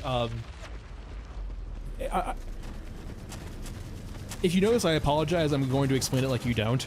But if you do, this might be kind of futile for this first part, is that these factions are mostly composed of units from a particular artist for each faction, if not a little bit mishmashes. And the lore is kind of the glue that holds them together, but it wasn't always there, right? It was more of just like them designing cool units, and now after the fact, they're gluing them together. At least for some of them, maybe not all of them, but some of them, right?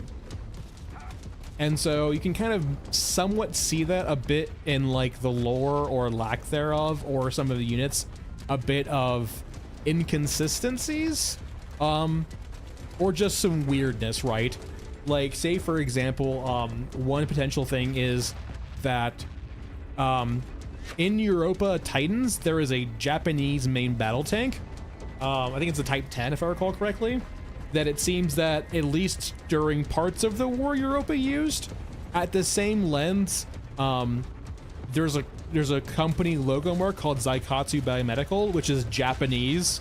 Not like, it's not a Japanese company, but it's Japanese, like, you know, nomenclature on Eurasia units, right? So you have this weird thing of like, so Japan is also partially Europa, but also Eurasia. It's that kind of weirdness to it, right?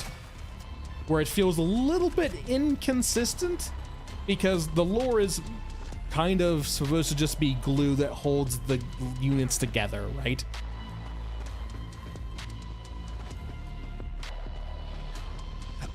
Greg, it depends on what you mean by good. If you're expecting Arc Raiders level of polish and gameplay, then you're never gonna get that, right? But if you're expecting just like almost like a visual museum of a game, kind of showing off grim dark content and kind of vibes and music, yeah, it's here. It runs pretty well for the most part. I have no issues with it in that regard. It's got some structure to it. It is a grindy game by nature for the most part right now. And once again, it's not a very dense or deep gameplay wise. But if you're just trying to kind of experience like the art and the vibe, it is good in that capacity.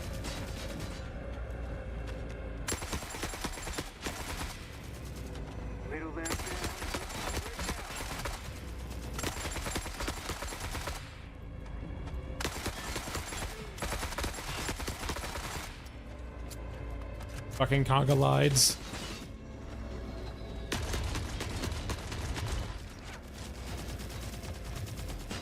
Yeah, I will say I do believe it's like half off right now. I think it's like $15 on Steam. I think it's on sale until the 15th. So it is a pretty decent discount. Like I will say, like they are not charging you the price of a premium game at all. They are charging you the price of a very conscientious indie game. They're being, I would consider, very fair.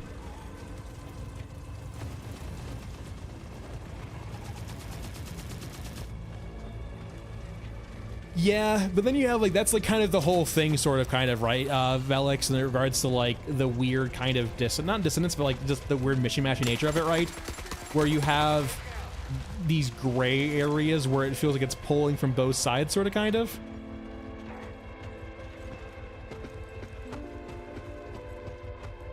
So exactly right, like I put myself in the middle. I can appreciate both sides. I do like having systems in my games though.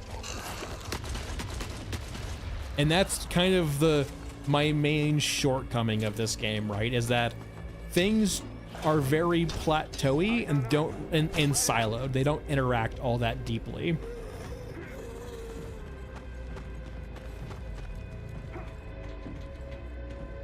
It feels less like a simulation or less like you're in an RTS and more like you're in a museum. And for some, that's perfectly fine, right? Some people are happy to pay the price of admission for a museum. I was more sold on the simulation side.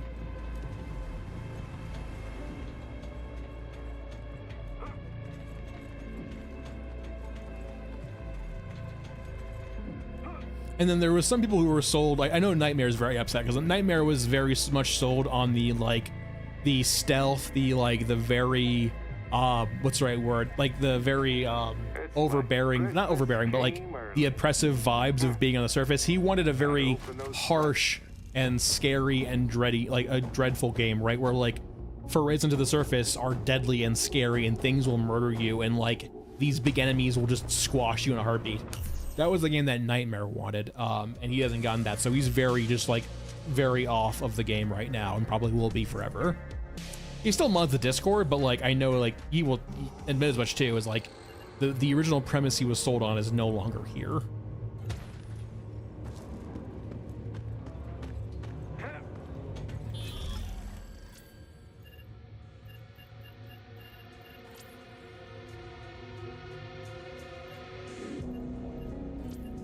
All right, let's go one more foam run. Uno mas.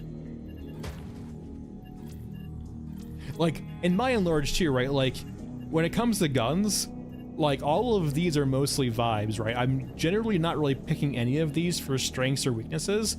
I'm picking them because I have ammo for them, right? Like M4. Some will pick off vibes, but like, for me, I'm just like, okay, what do I get from bringing this gun in?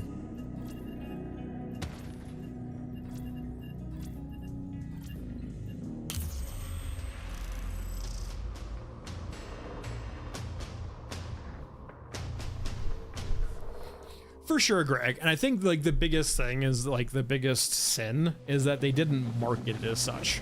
They marketed very much game first. They went very visionary on the marketing, which I think, while not malicious, was definitely misleading.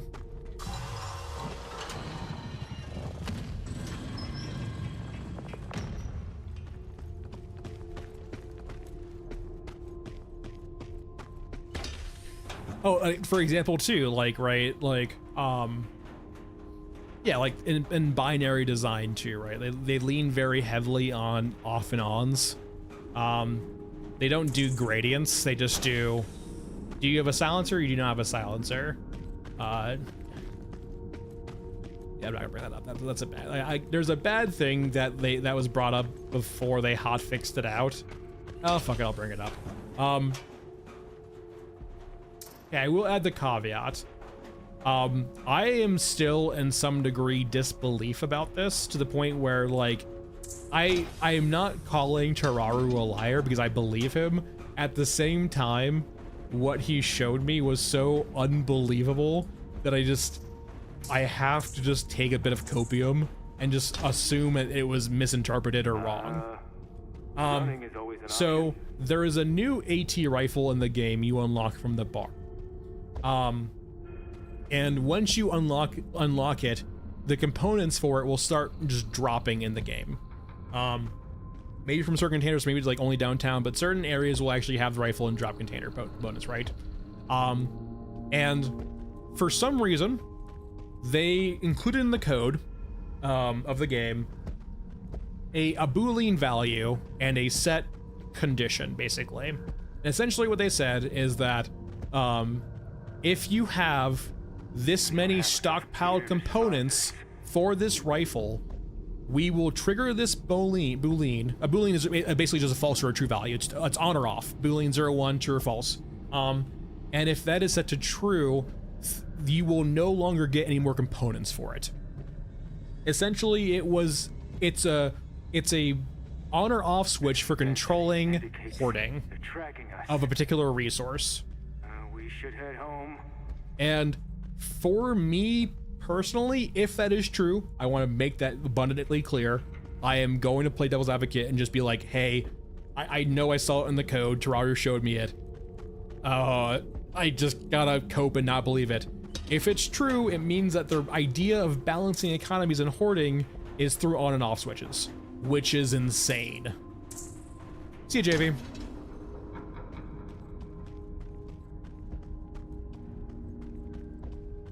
Yeah, like that's one aspect, right? Is like no hoarding in my hoarding game, but like if your idea of economic control or controlling like the way a player gains items is just a simple on or off switch, you're kind of not doing a very good job, right? Like it's such a it's such a bad way of doing it. And like even the consideration of having that in the code itself is like damning, right? It says like your idea of controlling the players is having on and off switches of what they can and cannot do, they cannot get based on if they have something or not. Enemy density indicates they're tracking us. We should head home. It shows that they're not trying to manage the economy. It feels like they're trying to manage the player.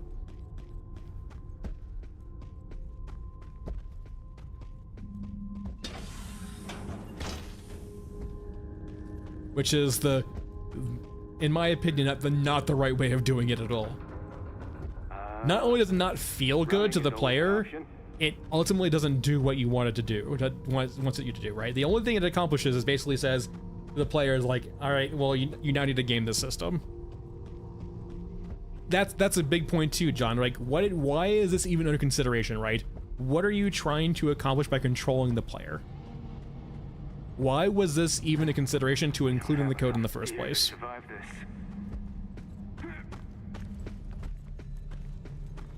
And like, the reason why that's so damning for me personally is that it shows that there might be some philosophical animosity toward players.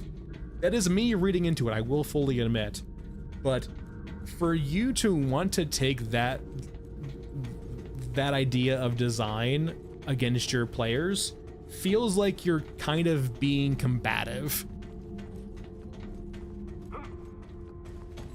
And it might hint toward underlying animosity toward players, which is a very dangerous headspace to get into.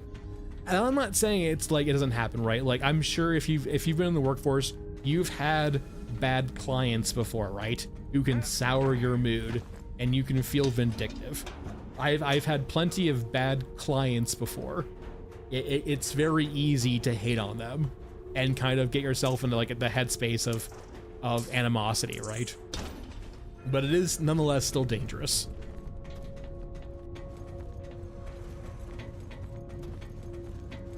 Greg, but the way you can do that though, you can do that in healthier ways, right?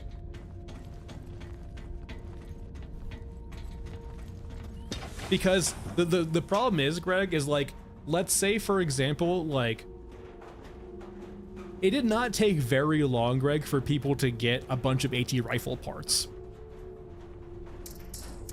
And if they eventually worked around this code, they didn't remove it, but they basically skipped it. because apparently it was causing issues in the first place, the things to drop. But like having that binary switch off and on is once again a pattern people recognize, right? It makes the game feel less immersive. It makes it feel more gamey. It doesn't make the game feel alive. It makes it feel fake.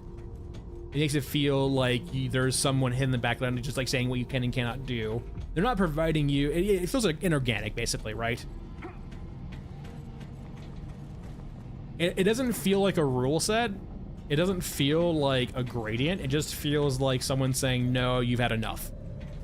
You're not getting any more refills. And like, sort of like the IRL timer, right, in this game, it's hard to justify the purpose and why it exists. Like, what outside of controlling the player, because apparently in a PvE game they shouldn't have agency on when they do and don't do stuff, like, what purpose does it serve?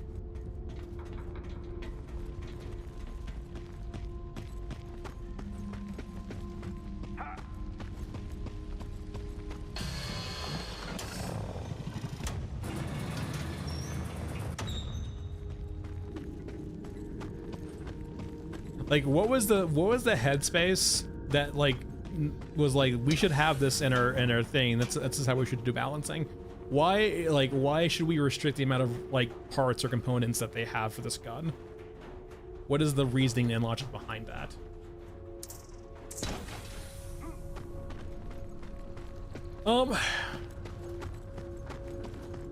I guess the problem I have, Vippy, I don't hate the sentiment. Like, I don't mind that at all, really. The question would be in the sense of, like, what items in the game would you actually say are higher rarity than others? I guess you can consider foam, maybe, because it's important, but like, what guns really feel all that rare in this game, right?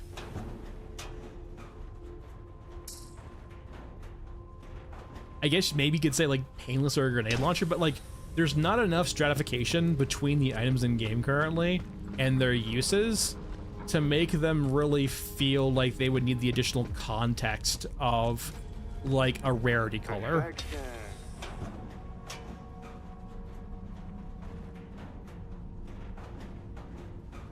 Siler, I don't think it would be all that much different. I honestly don't. The reason why they say that is because, as Miles has said in the Q&As, one of his favorite phrases is like, puzzle pieces fall into place, right? Like, that's the reason why I believe the developers of this game feel like they are where they currently are, is because people don't appreciate the full vision that's not on screen yet. In my opinion, though, given what we've seen the last year, I don't think their vision translates very well into an actual game. Ellis, no. It's drastically reduced. There are way less enemies in tunnels, but not zero.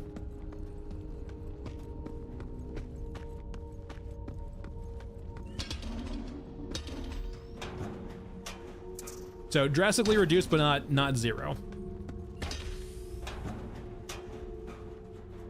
Probably Greg. I don't think they would move on. But like, no, like I by and large, the vision they had for the game, I just, considering the current last year, I don't think it feels like them not going to early access early would have fixed that.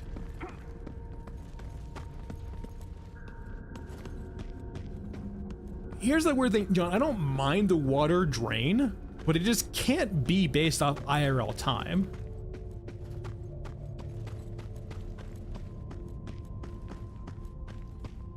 Siler, I would say you're probably spot on again.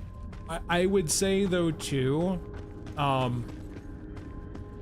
there is always, this is gonna come off probably very poorly, but I apologize in advance. Don't take this the wrong way. Okay, first and foremost, I'm gonna add a caveat here. what I am going to say here is going to sound a certain way. Please do not take it that way. That's not what I mean, but I can't think of a better way to say it. When you have visionaries, creatives leading a company, who are ultimately in charge of the company, the systems people, the ones who say no, have to, or the people who are trying to advocate for maybe less vibes-based design, have to toe the line really fucking carefully.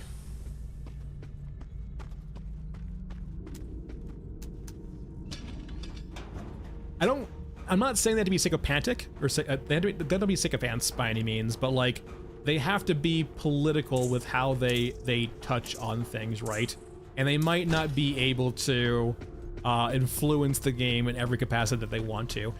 And to be fair, they might not exist in Fundog either. But when you have creatives or visionaries, just like Star Citizen, with Chris fucking Roberts in charge of the direction a game takes, it can be hard to get a word in otherwise. Yeah, the word no has to exist, and it's very hard to say no to a visionary who also is in charge of your payroll. Because it requires them, visionaries by and large, once again, do not take this out of context. I'm speaking generally here, not specifically. Visionaries by and large, I don't want to say have giant egos, but like essentially they are emotionally attached to their product, and so when you criticize it, it can be very hard to not make it feel personal, even if that's not your intent. So if I go to someone and say like, hey, your game doesn't really, it has like issues in regards to like, let's say players are spending too much time in the tunnels. It might sound like players don't appreciate our hard work in the tunnels. The time we spent creating them, all of the work that went into it. People said they wanted multi-raid, they don't like tunnels? What are you saying? Like, what the hell? Like, people asked for this.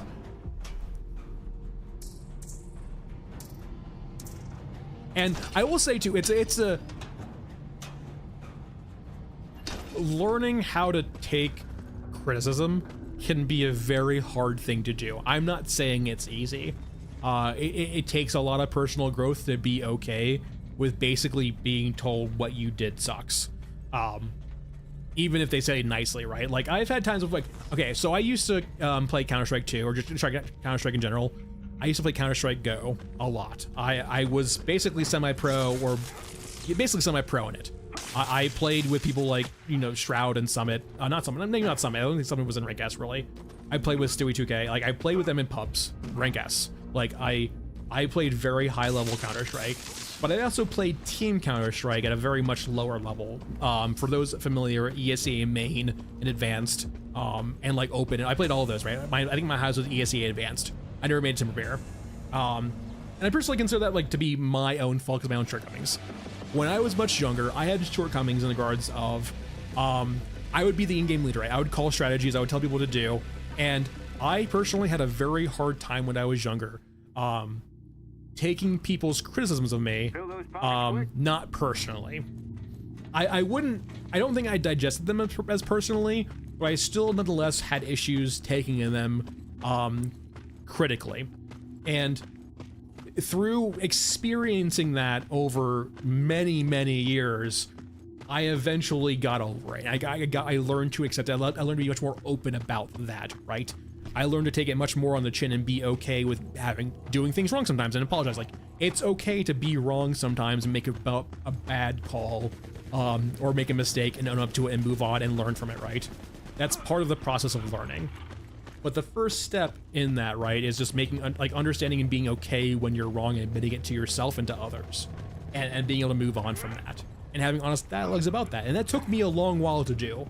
Like, no shot, like, you know, peak male age 18 to 24 generally has issues with stubbornness and just being okay with being wrong sometimes. And that's not the case here, but like, if you never had that growing experience when you're younger, it's hard to like, it gets harder and harder as you get older and older, right? Especially as you get more and more authority.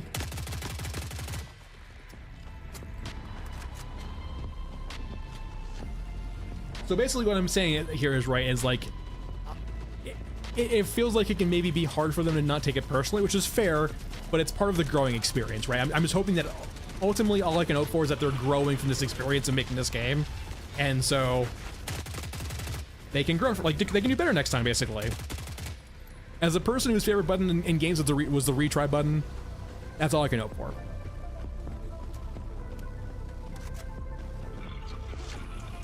As long as I'm the last one standing. The face drone.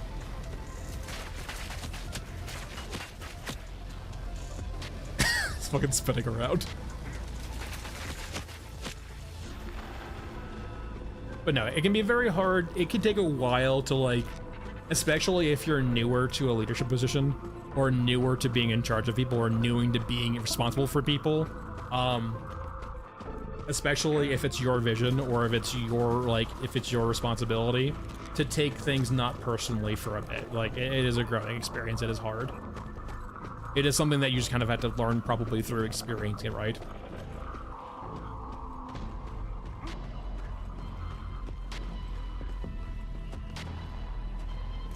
I'm only here for foam.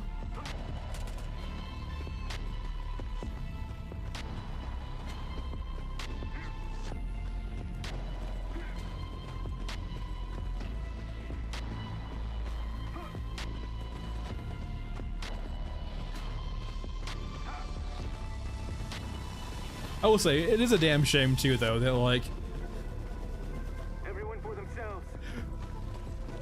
I missed Frozen Swab. But the tunnels, they call for me. The foam calls for me. I could stay on the beautiful surface with the cool Frozen Swamp map, or I can go get foam.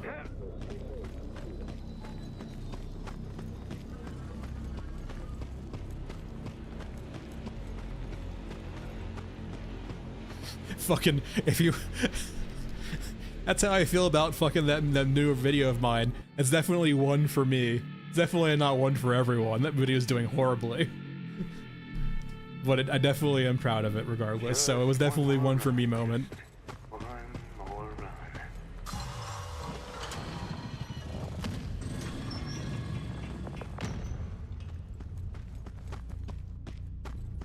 100%, John. Like, that's definitely a thing, too, is, like, understanding when people won't agree.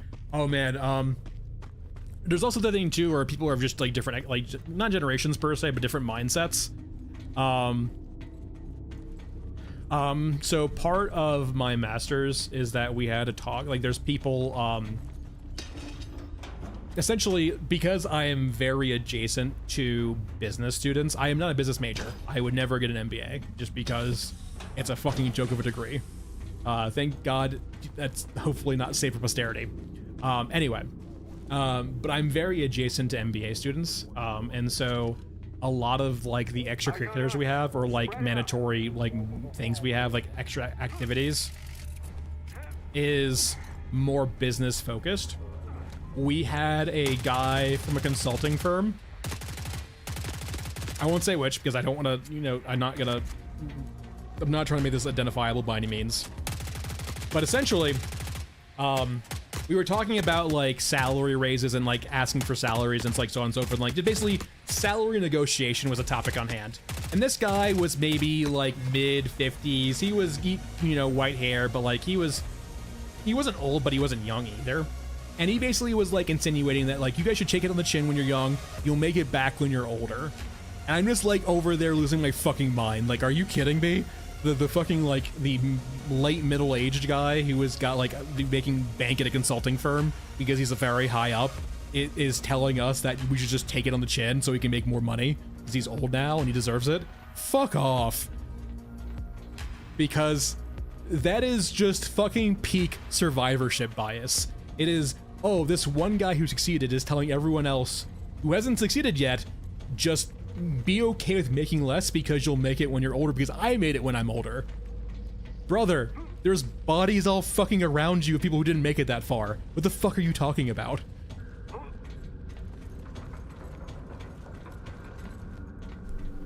And so, like, I didn't mention this at all, right? Because naturally I'm not gonna have this dialogue with this guy because it's not the place and room for that, right?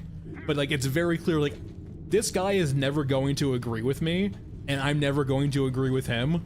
But, like, this conversation's not worth having because you can tell that he, like, I could maybe talk to him and like convince him otherwise, but, like, what would I win if I did that?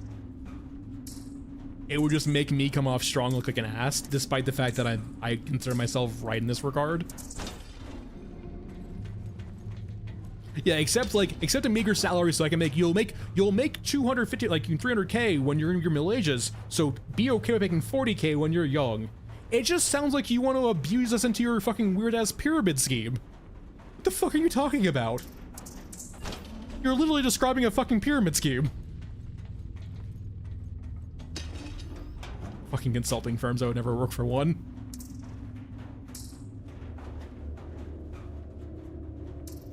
Oh. I have now been trained, just like when I see Vinny in chat, I know that 10 subs are gonna be gifted out. I love you, Vinny. I have now been fucking Pavloved to seeing black lights and knowing foam is coming. Fuck you and your patterns. Stop it.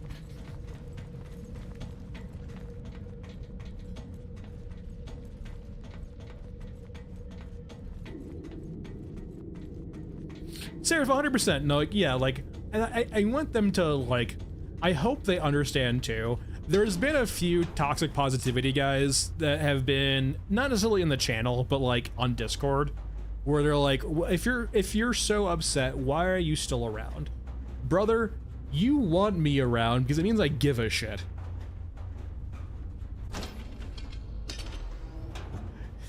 Would it not be worse if I got upset with the game and then left and never came back and never told you anything about the game itself? Like, are you fucking kidding me? You should be hoping to understand. Oh, goddamn it, Vinny's here. No, Pavlov, no.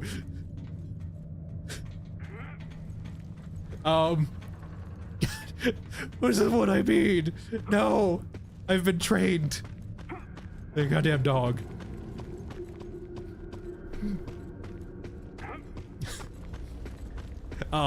Anyway, Vinny, if you weren't here until when you just, like, Vinny, genuinely, if you were in chat lurking, that's perfectly okay. But if you genuinely just joined like a minute or two ago and then gift subbed, your timing is impeccable.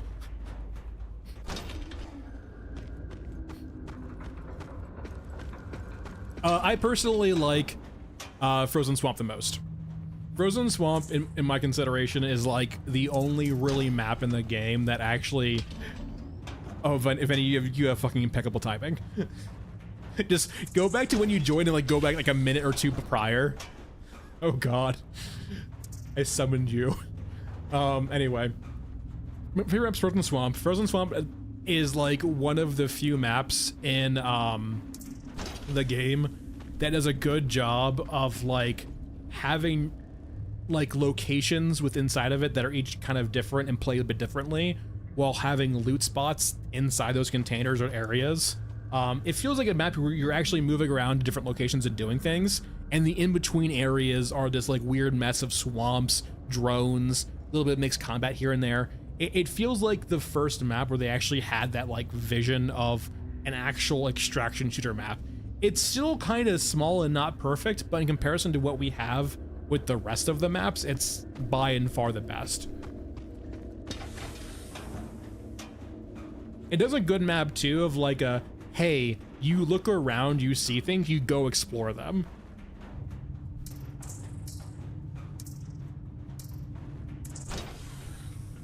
And I think no other map really does a good job in comparison. Elephant Mausoleum doesn't have enough actual content and things to do on it to actually justify, like, it's a cool map, don't get me wrong, but like it's a set piece map, right? There's not a lot of content actually on Elephant. Same thing with Scorched Enclave, right? Scorched Enclave at least has like some nice aspects where you're like exploring different paths of the map. You can, it is like one POI, but the POI is well done. Mesa is really cool, but Mesa has the problem is there's just not enough content on it really, right? Trenches is interesting. Trenches has the issue where Trenches is like one central point of interest, but it's not that interesting of a central point of interest, in my opinion.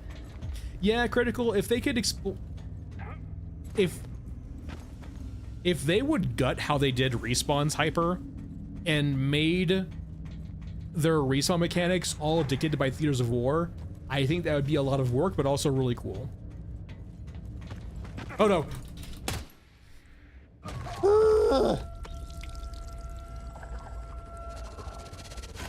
I actually landed, panicked, and then jumped again, and the inertia carried me forward into the pit. That is so tragic. Yeah, we've not had a good time today, actually. I usually never fall in tunnels, but that's 2 times today, actually. I would say that one's probably more on me. The first one I would actually blame the game. The second one's probably more on me. But anyway, well, I mean, that was the last one, I guess. That was El Ripperino. Anyway, I'll be back again this Saturday, guys. I'll probably be playing this game for probably Saturday and Sunday because I'm going away for holiday after that. So it feels like I might as well get my licks in first and now before leaving for a bit. So I'll see you guys Saturday and Sunday for more of this game. We'll maybe get the actual bar done. We'll play it a bit more, and then I will be gone as of the 15th for a couple weeks because of holidays. So I'll see you guys Saturday. Hope to see you guys Saturday. And then, yeah, we'll go from there.